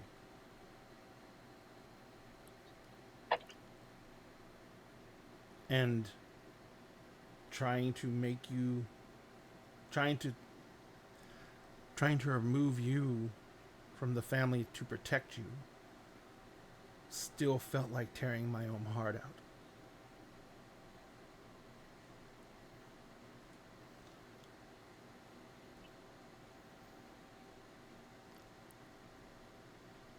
How are you here?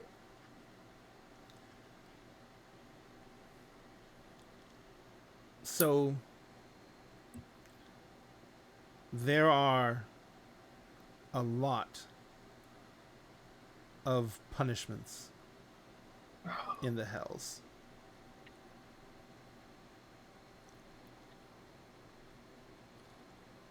But even then, the devils are in the details. And if you can convince one of them that being allowed to go back to the surface right before your daughter is to descend into hell, to tell your daughter that you never meant to betray her, and that you love her and believe in her, would actually be one of the most torturous things she could experience, is both true and false.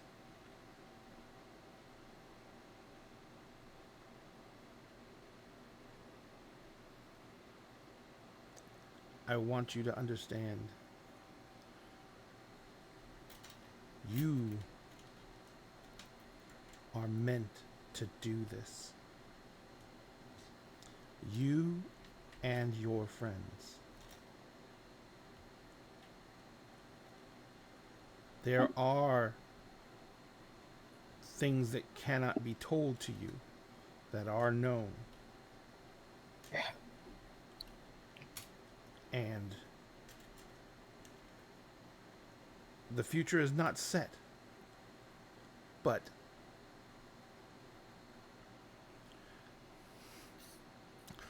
give everything you have. Do everything you can. Do not hesitate for a moment. Because what you're going to be facing, it is going to be both the most incredible challenges you've ever met yet, but it's also going to be the most demanding things you will have to do. Things have been done to try and undermine all of you. Situations have been put in motion since the Miss Mother called to you. You are all going to have to be ready, because it's not just going to challenge you all physically.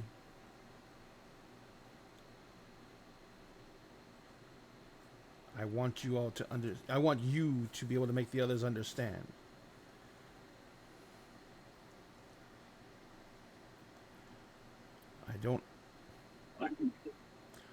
I don't have the ability to say much more than that.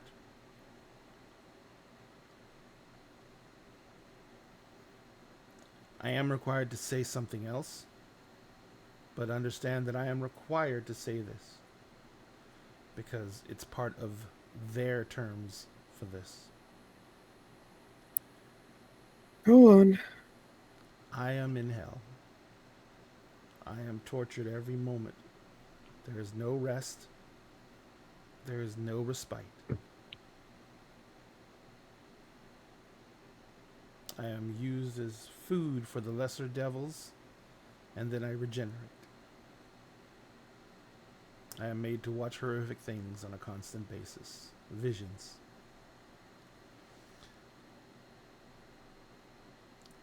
You're being told this because that is a form of torture.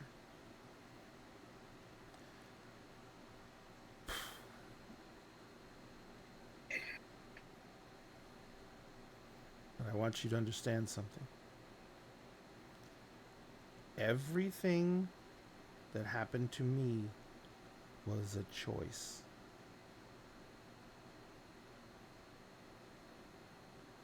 And it wasn't yours. That I do know. And as I think has been said to you at least once before, you have to respect another person's choice.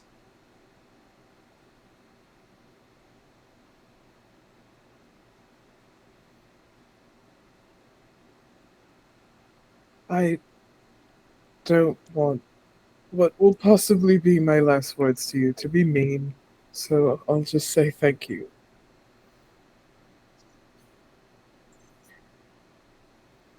He smiles and he stands up and he says, I was given a physical body to give you a hug, but I understand if you can't. Durst, don't do it. Durst body. Stab him instead. I'm not gonna stab him. Punch him. Make sure he's real. I'm not gonna stab him. Physical body. Are you sure about I'm that? not Punch gonna him. stab him. I'm not gonna stab him. No, Um, just hug Uncle Daddy. Okay, you know what? Fine, because Callie said it. I mean, it just, yeah, this is Yeah, probably the just- last time you're going to see Uncle Daddy. Yeah. So no, Forgiveness is a powerful thing. He's Val's in the next room. What are you talking? I know, right?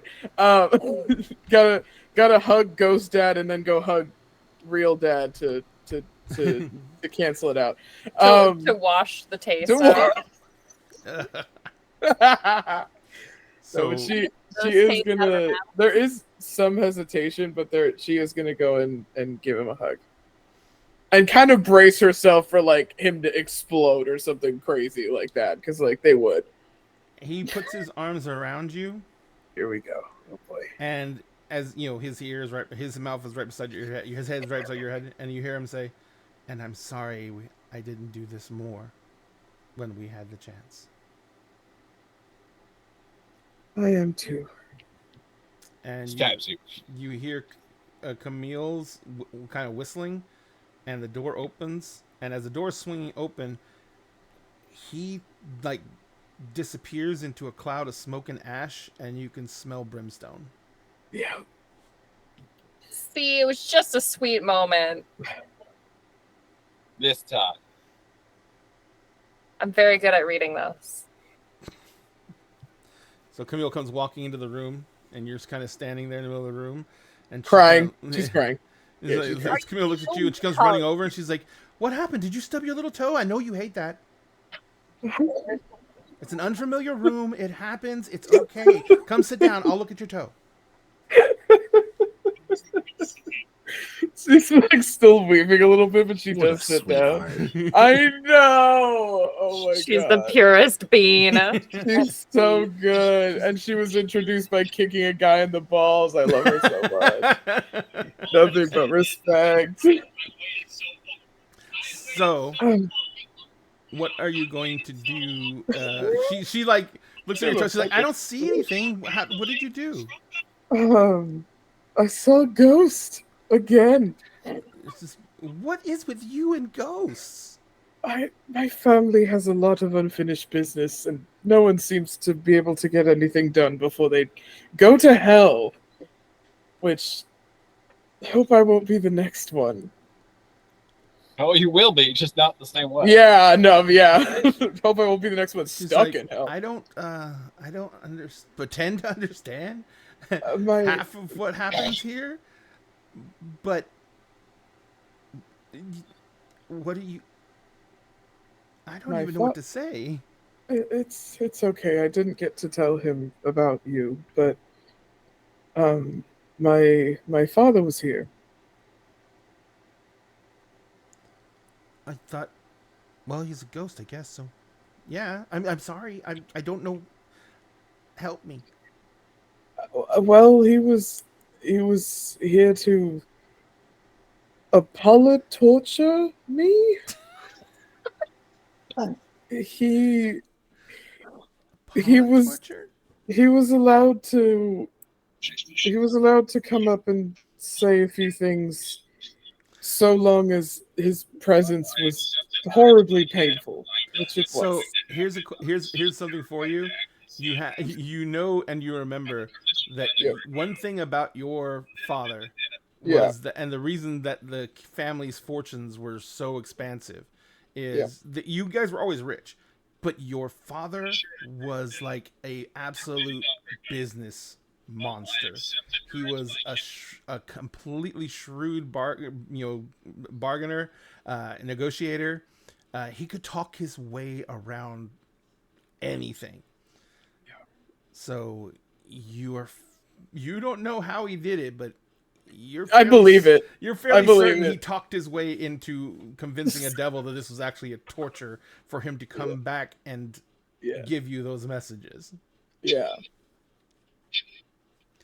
So Camille kind of stands up and she she stands up a little bit and she kind of just like grabs you and hugs you and is like squeezing the shit out of you, which you don't really notice too much because you got skinny little arms. But but she's like just like, oh, she's like, I'm so sorry. I'm so sorry, but I'm glad you got to at least see him. Yes, and I did get a confirmation of what he wrote to me, which is, well, you weren't there for that part, but I was disowned for my own good. Doesn't really matter the same way being the last of the line. It's not his decision to make anymore. But he and I'm assuming much of my family are in hell. Don't know how to feel about that. Can we hold off on the wedding? Oh, you were considering that. That's very sweet. She kind of smiles. She's like, well, I figured hopefully it's going somewhere. I mean, I didn't know for sure. It's not like I have a ring or anything. Not yet. But you might need to start upper body strength training for the ring that you will get. She's like, but I don't. She's like, I don't need a ring. Give her 40 carat, 400 carat fucking thing. Get her a planet. She has An a actual servant planet. She has a servant Give with a her the wheelbarrow Hope that Diamond. comes along Yes. behind her with a ring. Yeah.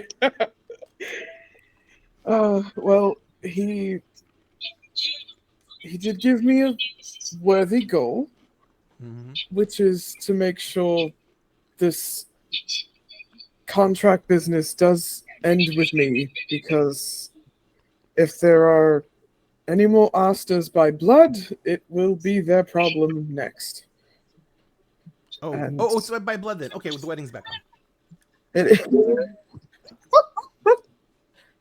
Yes, it is by blood.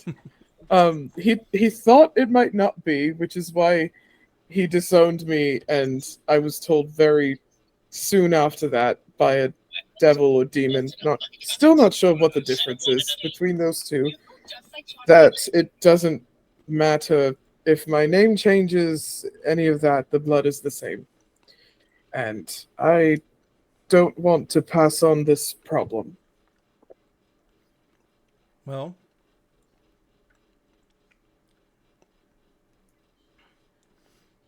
unless we use magic, I don't see how that's going to be an issue. That is something to consider later. Okay. Well,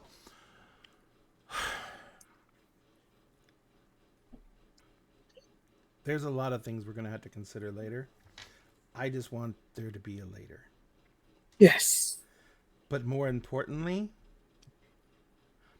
we have to remember that there's a now. Yes. So let's get dressed. Mm-hmm. Let's go to some dinner with the king and see what other information we can find. Do you think Val is awake yet? I didn't really check, so I don't know. But I'm gonna get dressed. You can go check real quick if you want. I think I'm going to go check. Okay, Lex, Yes. you have been. You nodded off. You sit up in the bed, huh? Been napping. Cat napping. I win. But anyway, you've been napping. You basically are kind of doing. You wake up. You sit up. You're disoriented because you didn't expect to fall asleep. Yeah. So when you wake up, you're kind of like, "What the? Oh wait, yeah, no, Right, floofy right. bed, got it." And so you kind of sit up and you're stretching and everything like that because. Also, the bad part about a fluffy bed is, you tend to fall asleep and not move, so then you get all stiff. Yep. So now you're just like trying to stretch everything back out.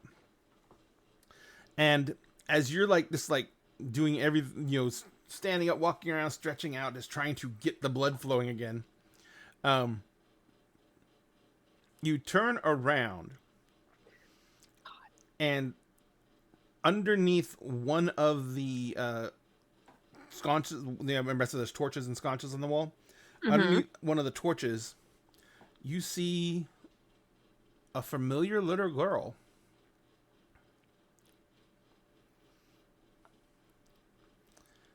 And she kind of looks at you and she says,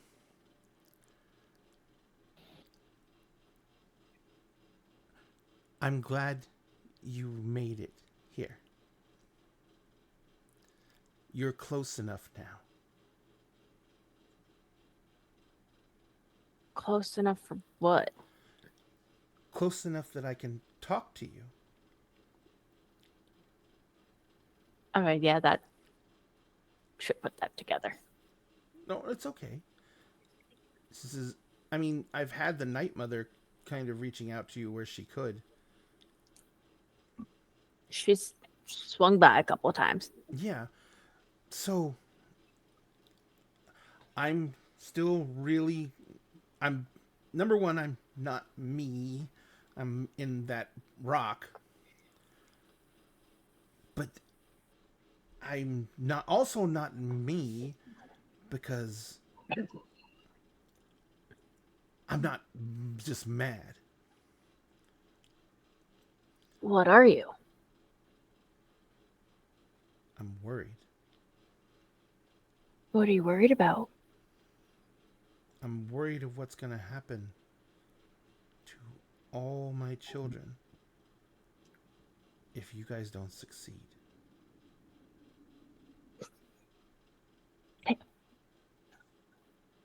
Yep. She says,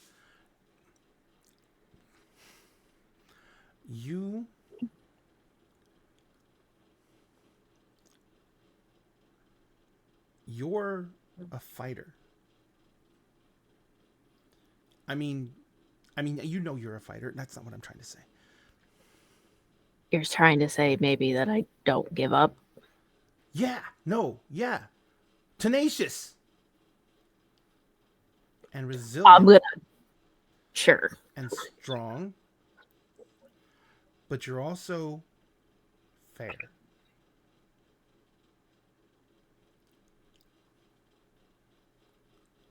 I need to start doing what my sisters do.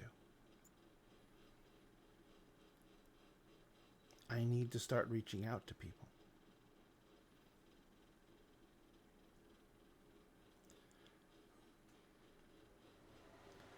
And I think, like I said, I'm really new to this, but I think that you could be the person who could use all the stuff I used to have, all the anger that I used to lash out at everyone. I mean, they call me the Lady of Justice, but justice, even though it's even and it should be balanced, when it is enforced, it should be fierce and terrifying. I think you know when to be fierce and terrifying.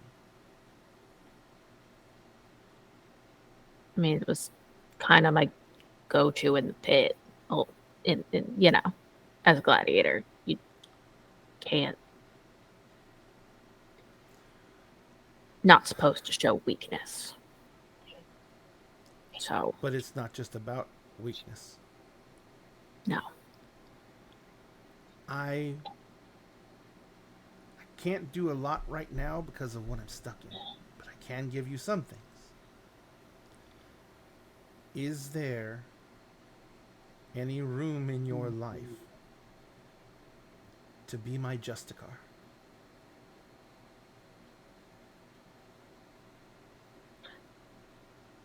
Let's pretend for a minute like I don't know what that word means.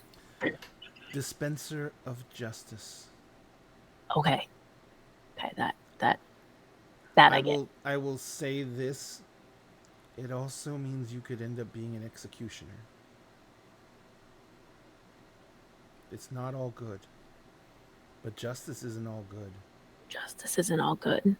Life isn't all good. This is, if you think you're, I almost guarantee you that it will not. The Miss Mother's justice is not about persecution. It is just about making sure that those who break with society don't, those who seek to hurt others and abuse others, when when they go against the Miss Mother and try and hurt her children, her Justicars will be the ones who come and ensure that they are met with the Miss Mother's wrath.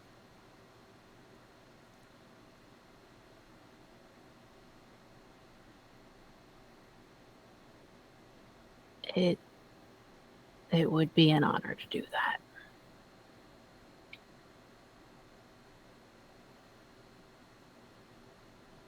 She says, can't give you a lot right now.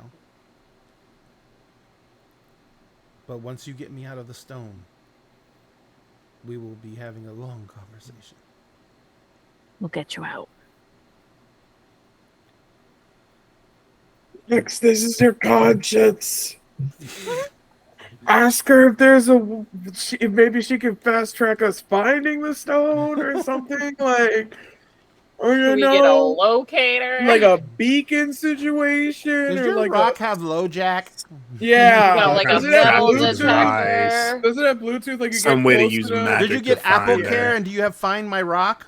Yeah, Yep, Find My could we- Turn yeah. On. Ask her if there's Somebody Or- wants an air Find- tag on find it. Find my There's a aspect rock- of justice. if there's a rock tag on the rock so that we can find You just it. have like do you have like a rock map, like Snap Map? Do you have location turned on? It's just yeah, Share your location with my brain.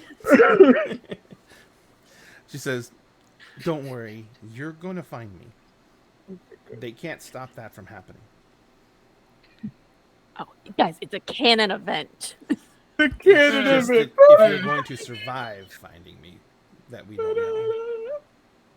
Uh-oh. I'm like literally too angry to die, so I kind of like our chances. I mean, Utopia just like redacted a dragon.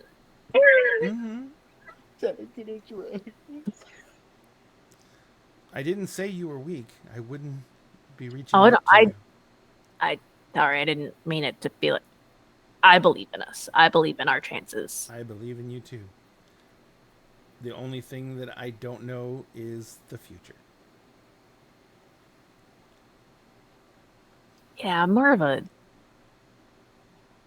a here and a now, so I'll worry about the future when it's the here and now. Absolutely. She says, now, you probably need to get ready. Oh yeah, we've got dinner. Mm-hmm. Literally. And she like, where you were kind of still, you were standing up and walking around the room. So she kind of walks up to you.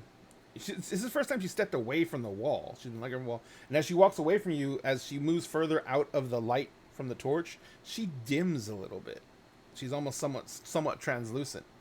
And Yep. as she walks up to you, she's like standing right in front of me. She's looking up at you, and she goes like this. Leans down really close. She grabs your ears, and she pulls your head down, and she kisses you on the forehead. No. The kiss of justice. Get some justice. Justice But is it And the kiss of you death. feel, yes. you feel a fire go through you. Not scorching you and hurting you, but just an incredible warmth go through your body.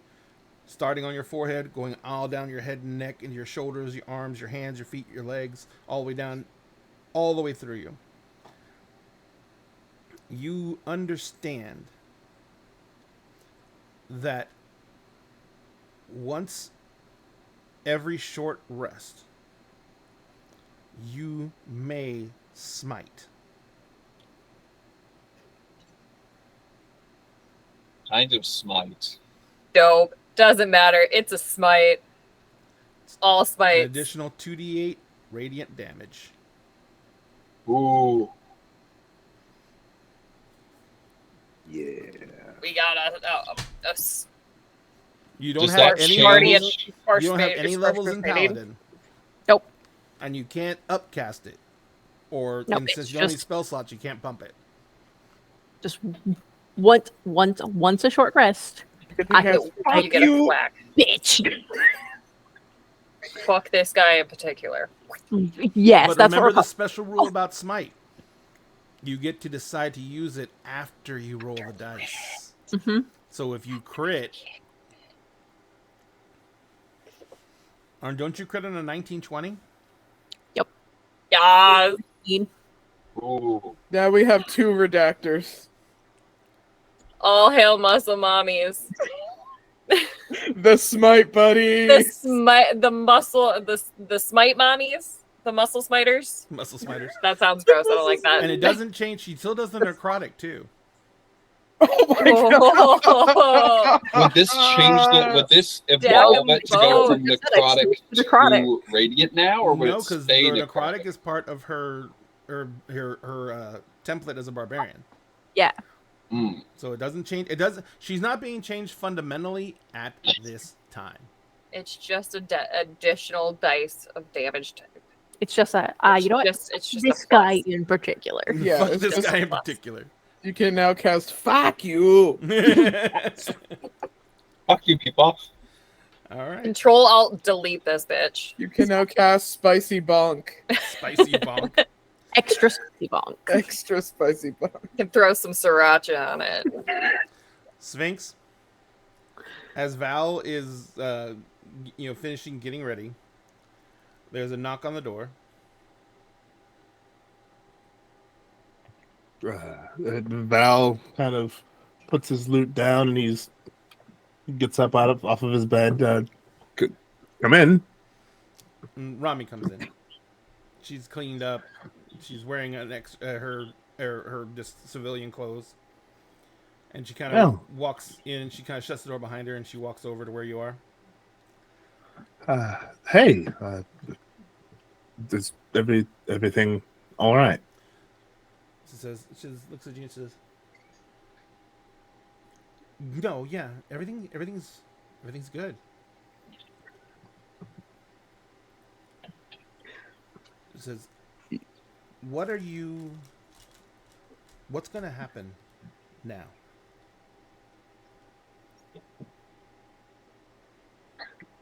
Do you mean right now, as in like we get No, ready to not go dinner or dinner, anything like that. or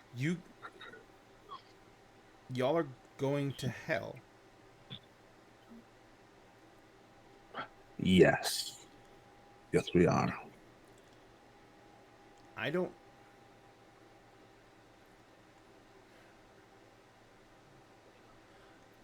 don't know what or why you're going to do this. I'm just I'm scared. You guys are going to hell. That's not even funny. That's not even like a joke thing. That's like, why are you doing this? We're sure we could make that into a joke after the fact, though. Oh, just stop. I'm serious. Why are you doing this?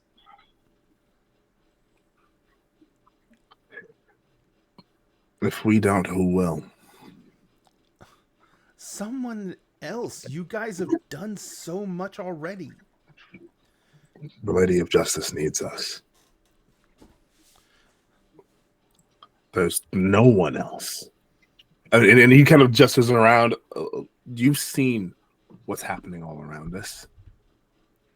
No one else is in a position to do half as much as we are right now. As scary as this is, as absolutely frightening as this is, as much as we're not fond of the idea of us being the only ones capable of this, we are, in fact, the only ones capable of this. If anyone has a chance of rescuing the Lady of Justice and reuniting the aspects of the Mist Mother, it's us. We were chosen for this.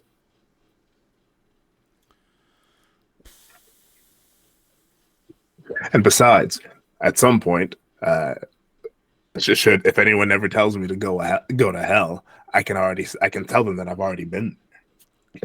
Yes, smart. And won't that be funny? You get a really cool joke out of it. We really would. Okay. So he walks over to her and he takes both of his hands in her hands in his. Rega, I'm not going to lie to you and say that this won't be the most dangerous thing we've ever done, because it will be. We won't lie to you and say that there's not a chance that some of us will die. That chance is very possible. But what we will say is we will fight. And he puts one of her hands to his heart. We will fight with everything in us to make it back to you. And she kind of We promise you that. She kind of looks you in the eyes and she says, "You better." We've come too far for anything else. And she says, "We just got you back. You think we're letting you go this easily?" She smiles and she says, "The king has asked me, because technically I'm still Elatran Navy. I'm supposed to be out, but the king has asked me to speak to the general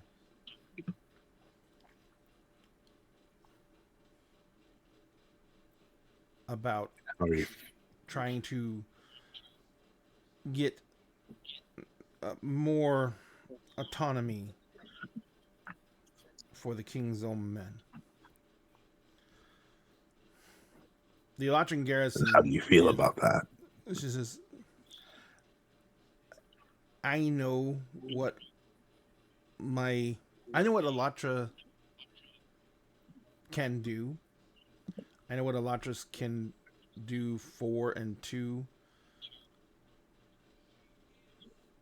these situations. I mean, it's always to help, but eventually it takes a lot of autonomy from the people in them.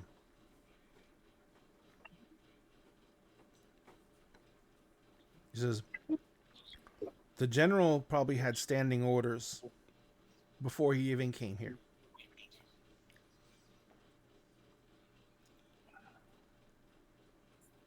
And I don't know what his opinion is going to be now that there's basically not much of a hierarchy for him to answer to.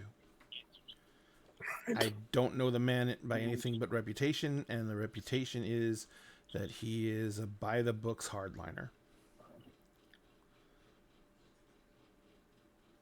I will see if I can get a read from him, see if I can understand what his intentions are, and see if I can in any way, shape, or form influence him to make sure that he starts letting these people make their own decisions. That's a good idea, because if he's by the books, he might need reminding that all of the books have been burned. That doesn't mean that he's not going to stick to what he knows. The books can be burned, but people like him have them memorized, and they will quote them to you.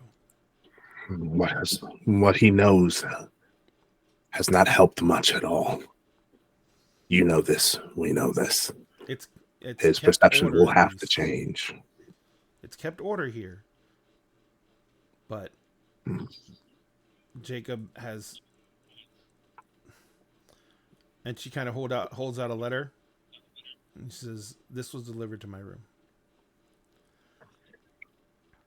He'll And it basically take the letter. it's from King Jacob King Strombar, and it says basically in a nutshell, it says that since the Elatris has been cut off and all contact has been cut off, that the Elatran garrison has all but halted training of the Dwarven conscripts, and that there is very little happening in the way of getting them any type of training so that they can take over the security of the kingdom, and that as of the last few weeks, the Elatran garrison has been starting to do patrols through the city on the pretense of maintaining order. But there hasn't been any confrontations, but there has been a lot of unease with the populace. This sounds like the beginnings of a military coup to me. It's like, she says, he's outnumbered like 20-30 to 1. And I'm not talking about the conscripts, I'm talking about the citizens. Yeah, that would definitely mean all-out revolution. But the thing is, that wouldn't help this place. No, it wouldn't. It would throw it into chaos, and we know that there's forces ready to just pounce on this place. She says, "You have to go to hell, but I can't. I have to stay and help them try and make sense out of this." I wouldn't ask you to come down there with us anyway. She looks at you and she says, "Fuck you. You wouldn't ask. I tell." That's our girl. She's like,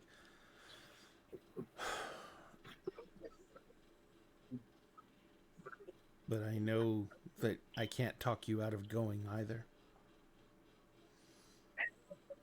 No.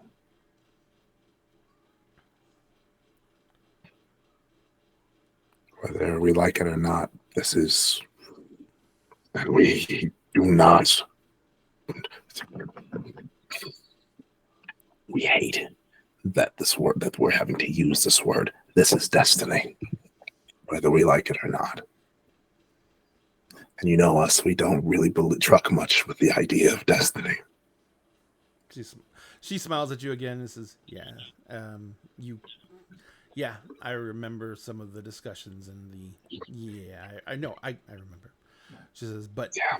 And she kind of like, at this point, she kind of just like, looks up into your eyes and she says, "But I just want to make sure you understand that if you don't come back, I'm coming to fucking find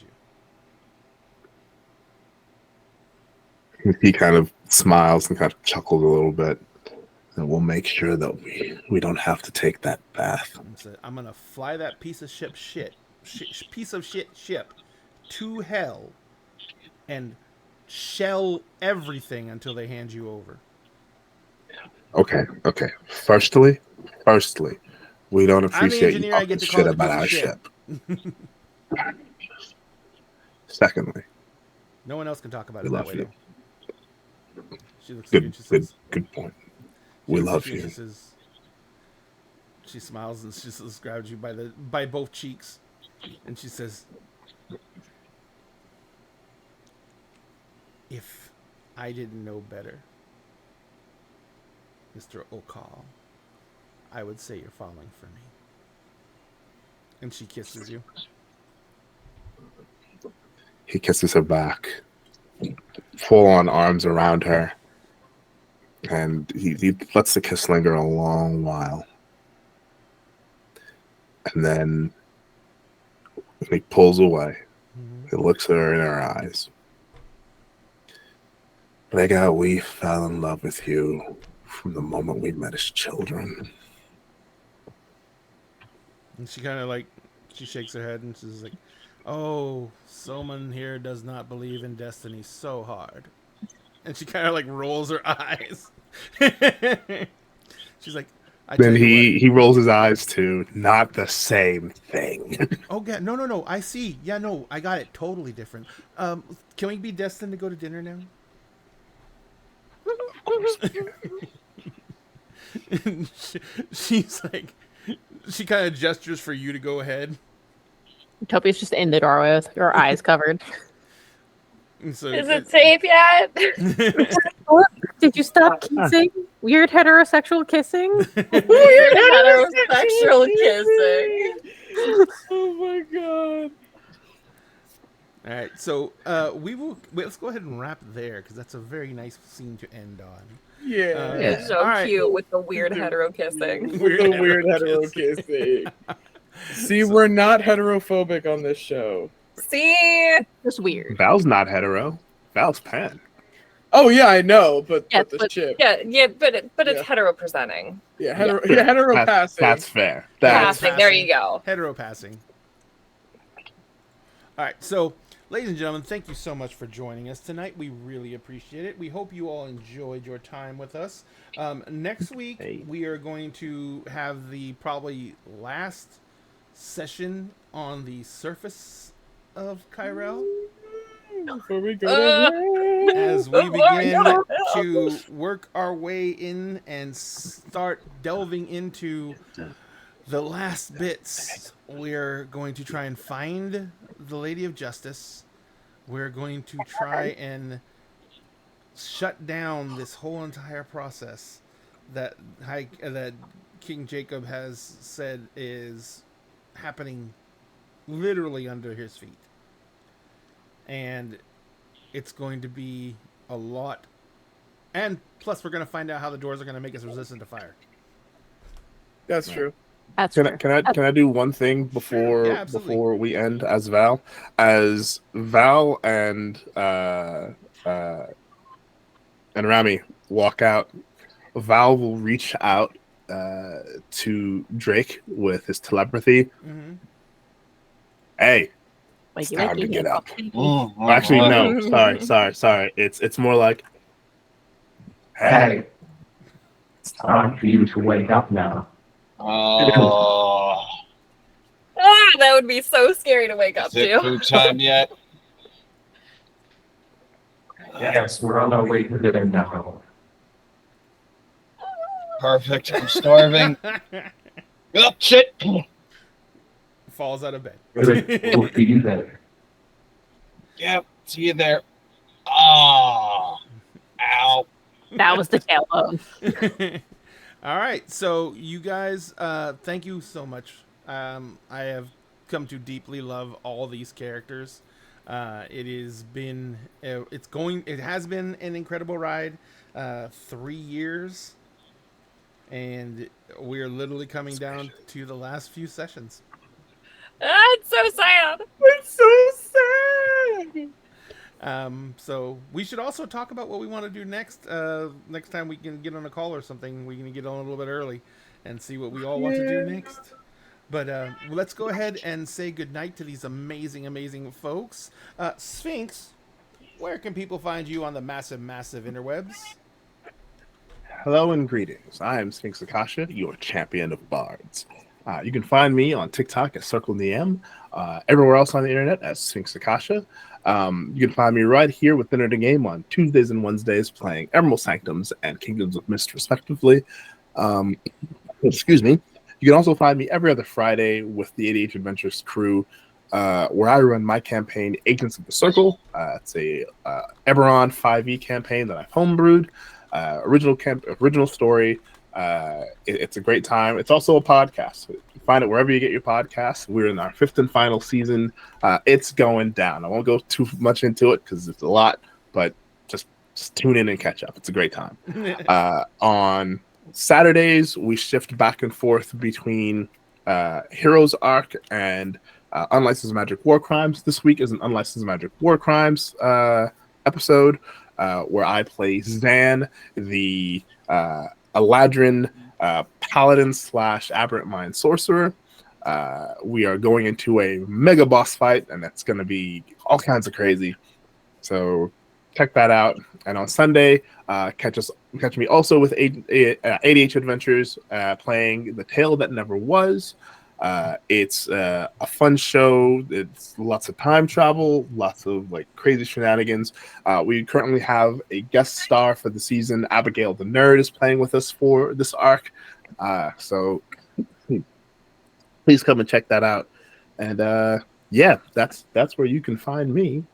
Hey, Sam, where can people find you on the lovely, lovely interwebs?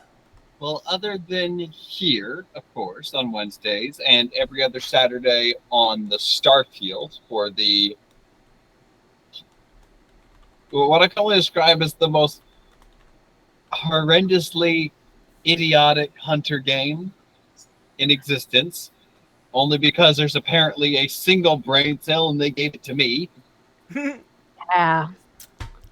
Love that. You guys can also find myself as well as Cassie over on ADH Adventures on Tuesdays, where we are actually getting very close to wrapping up this arc. It's probably going to get bloody. There's probably going to be tears, much excitement. Who knows? Charlie is already excited, which means trauma is going to be had. You can't hear it, but he's purring. I can feel the purrs. And he only purrs when there's trauma in store. We're getting mini biscuits. Aww.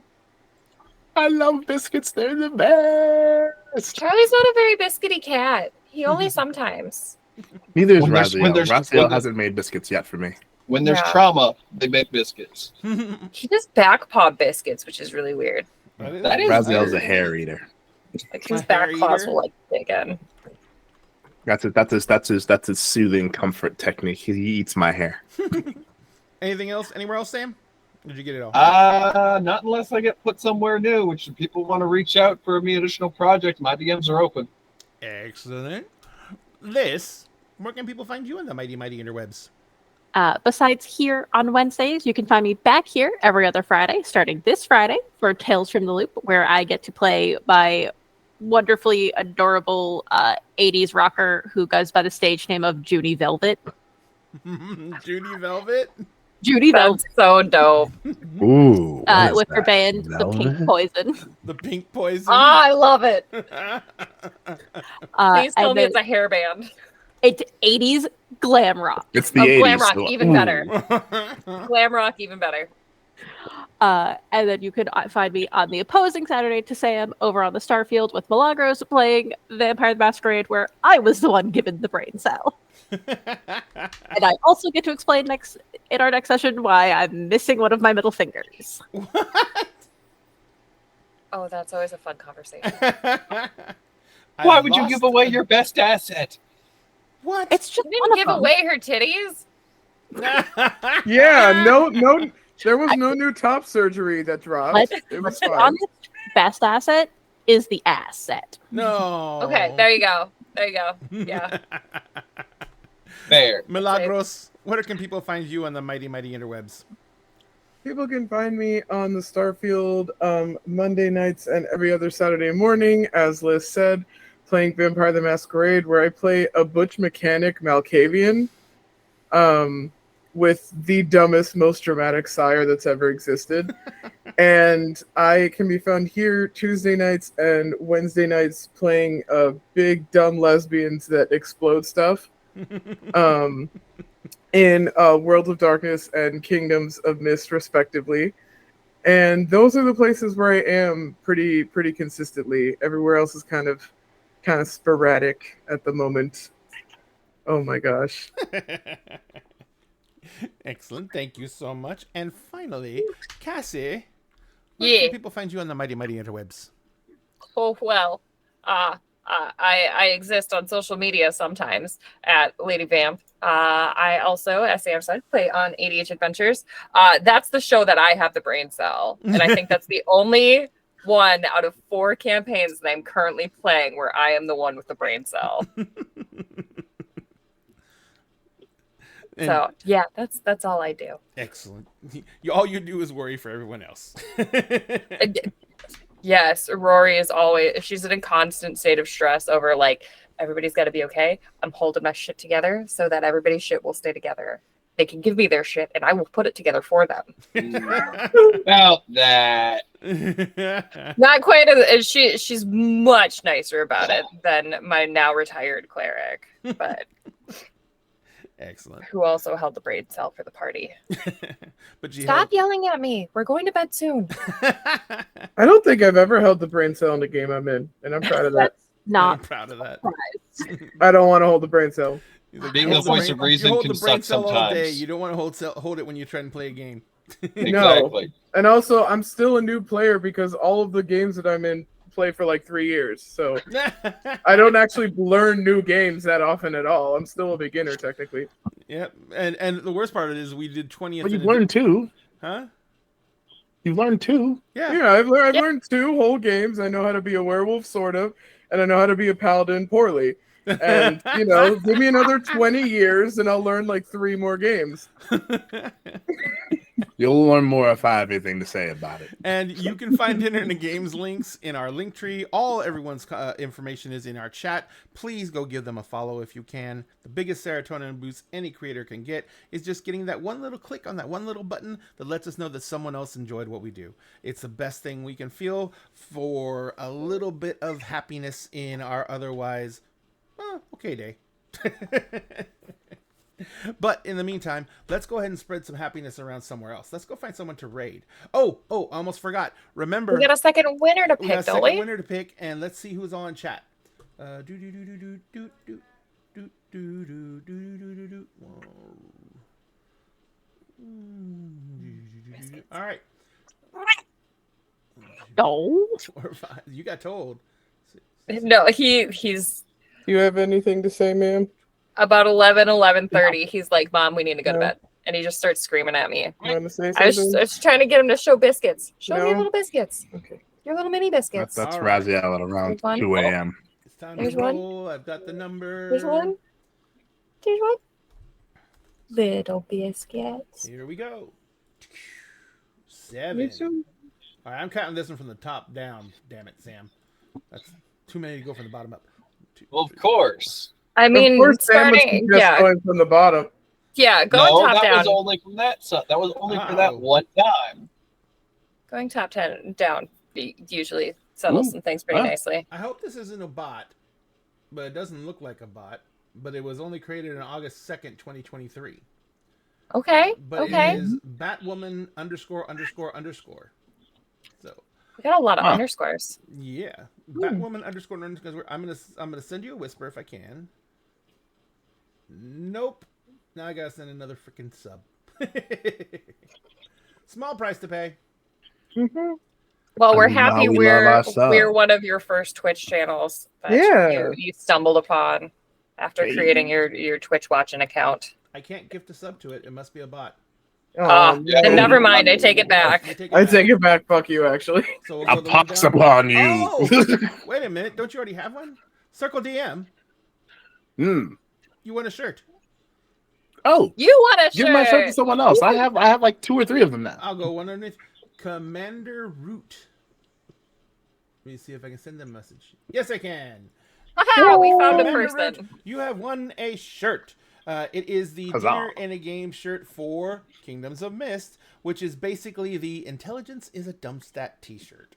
So I'm going to whisper you here on Twitch. Please get back to me with a mailing address for the shirt and a size. And we will be sending those out as soon as we get that information in. And let me type that out real quick.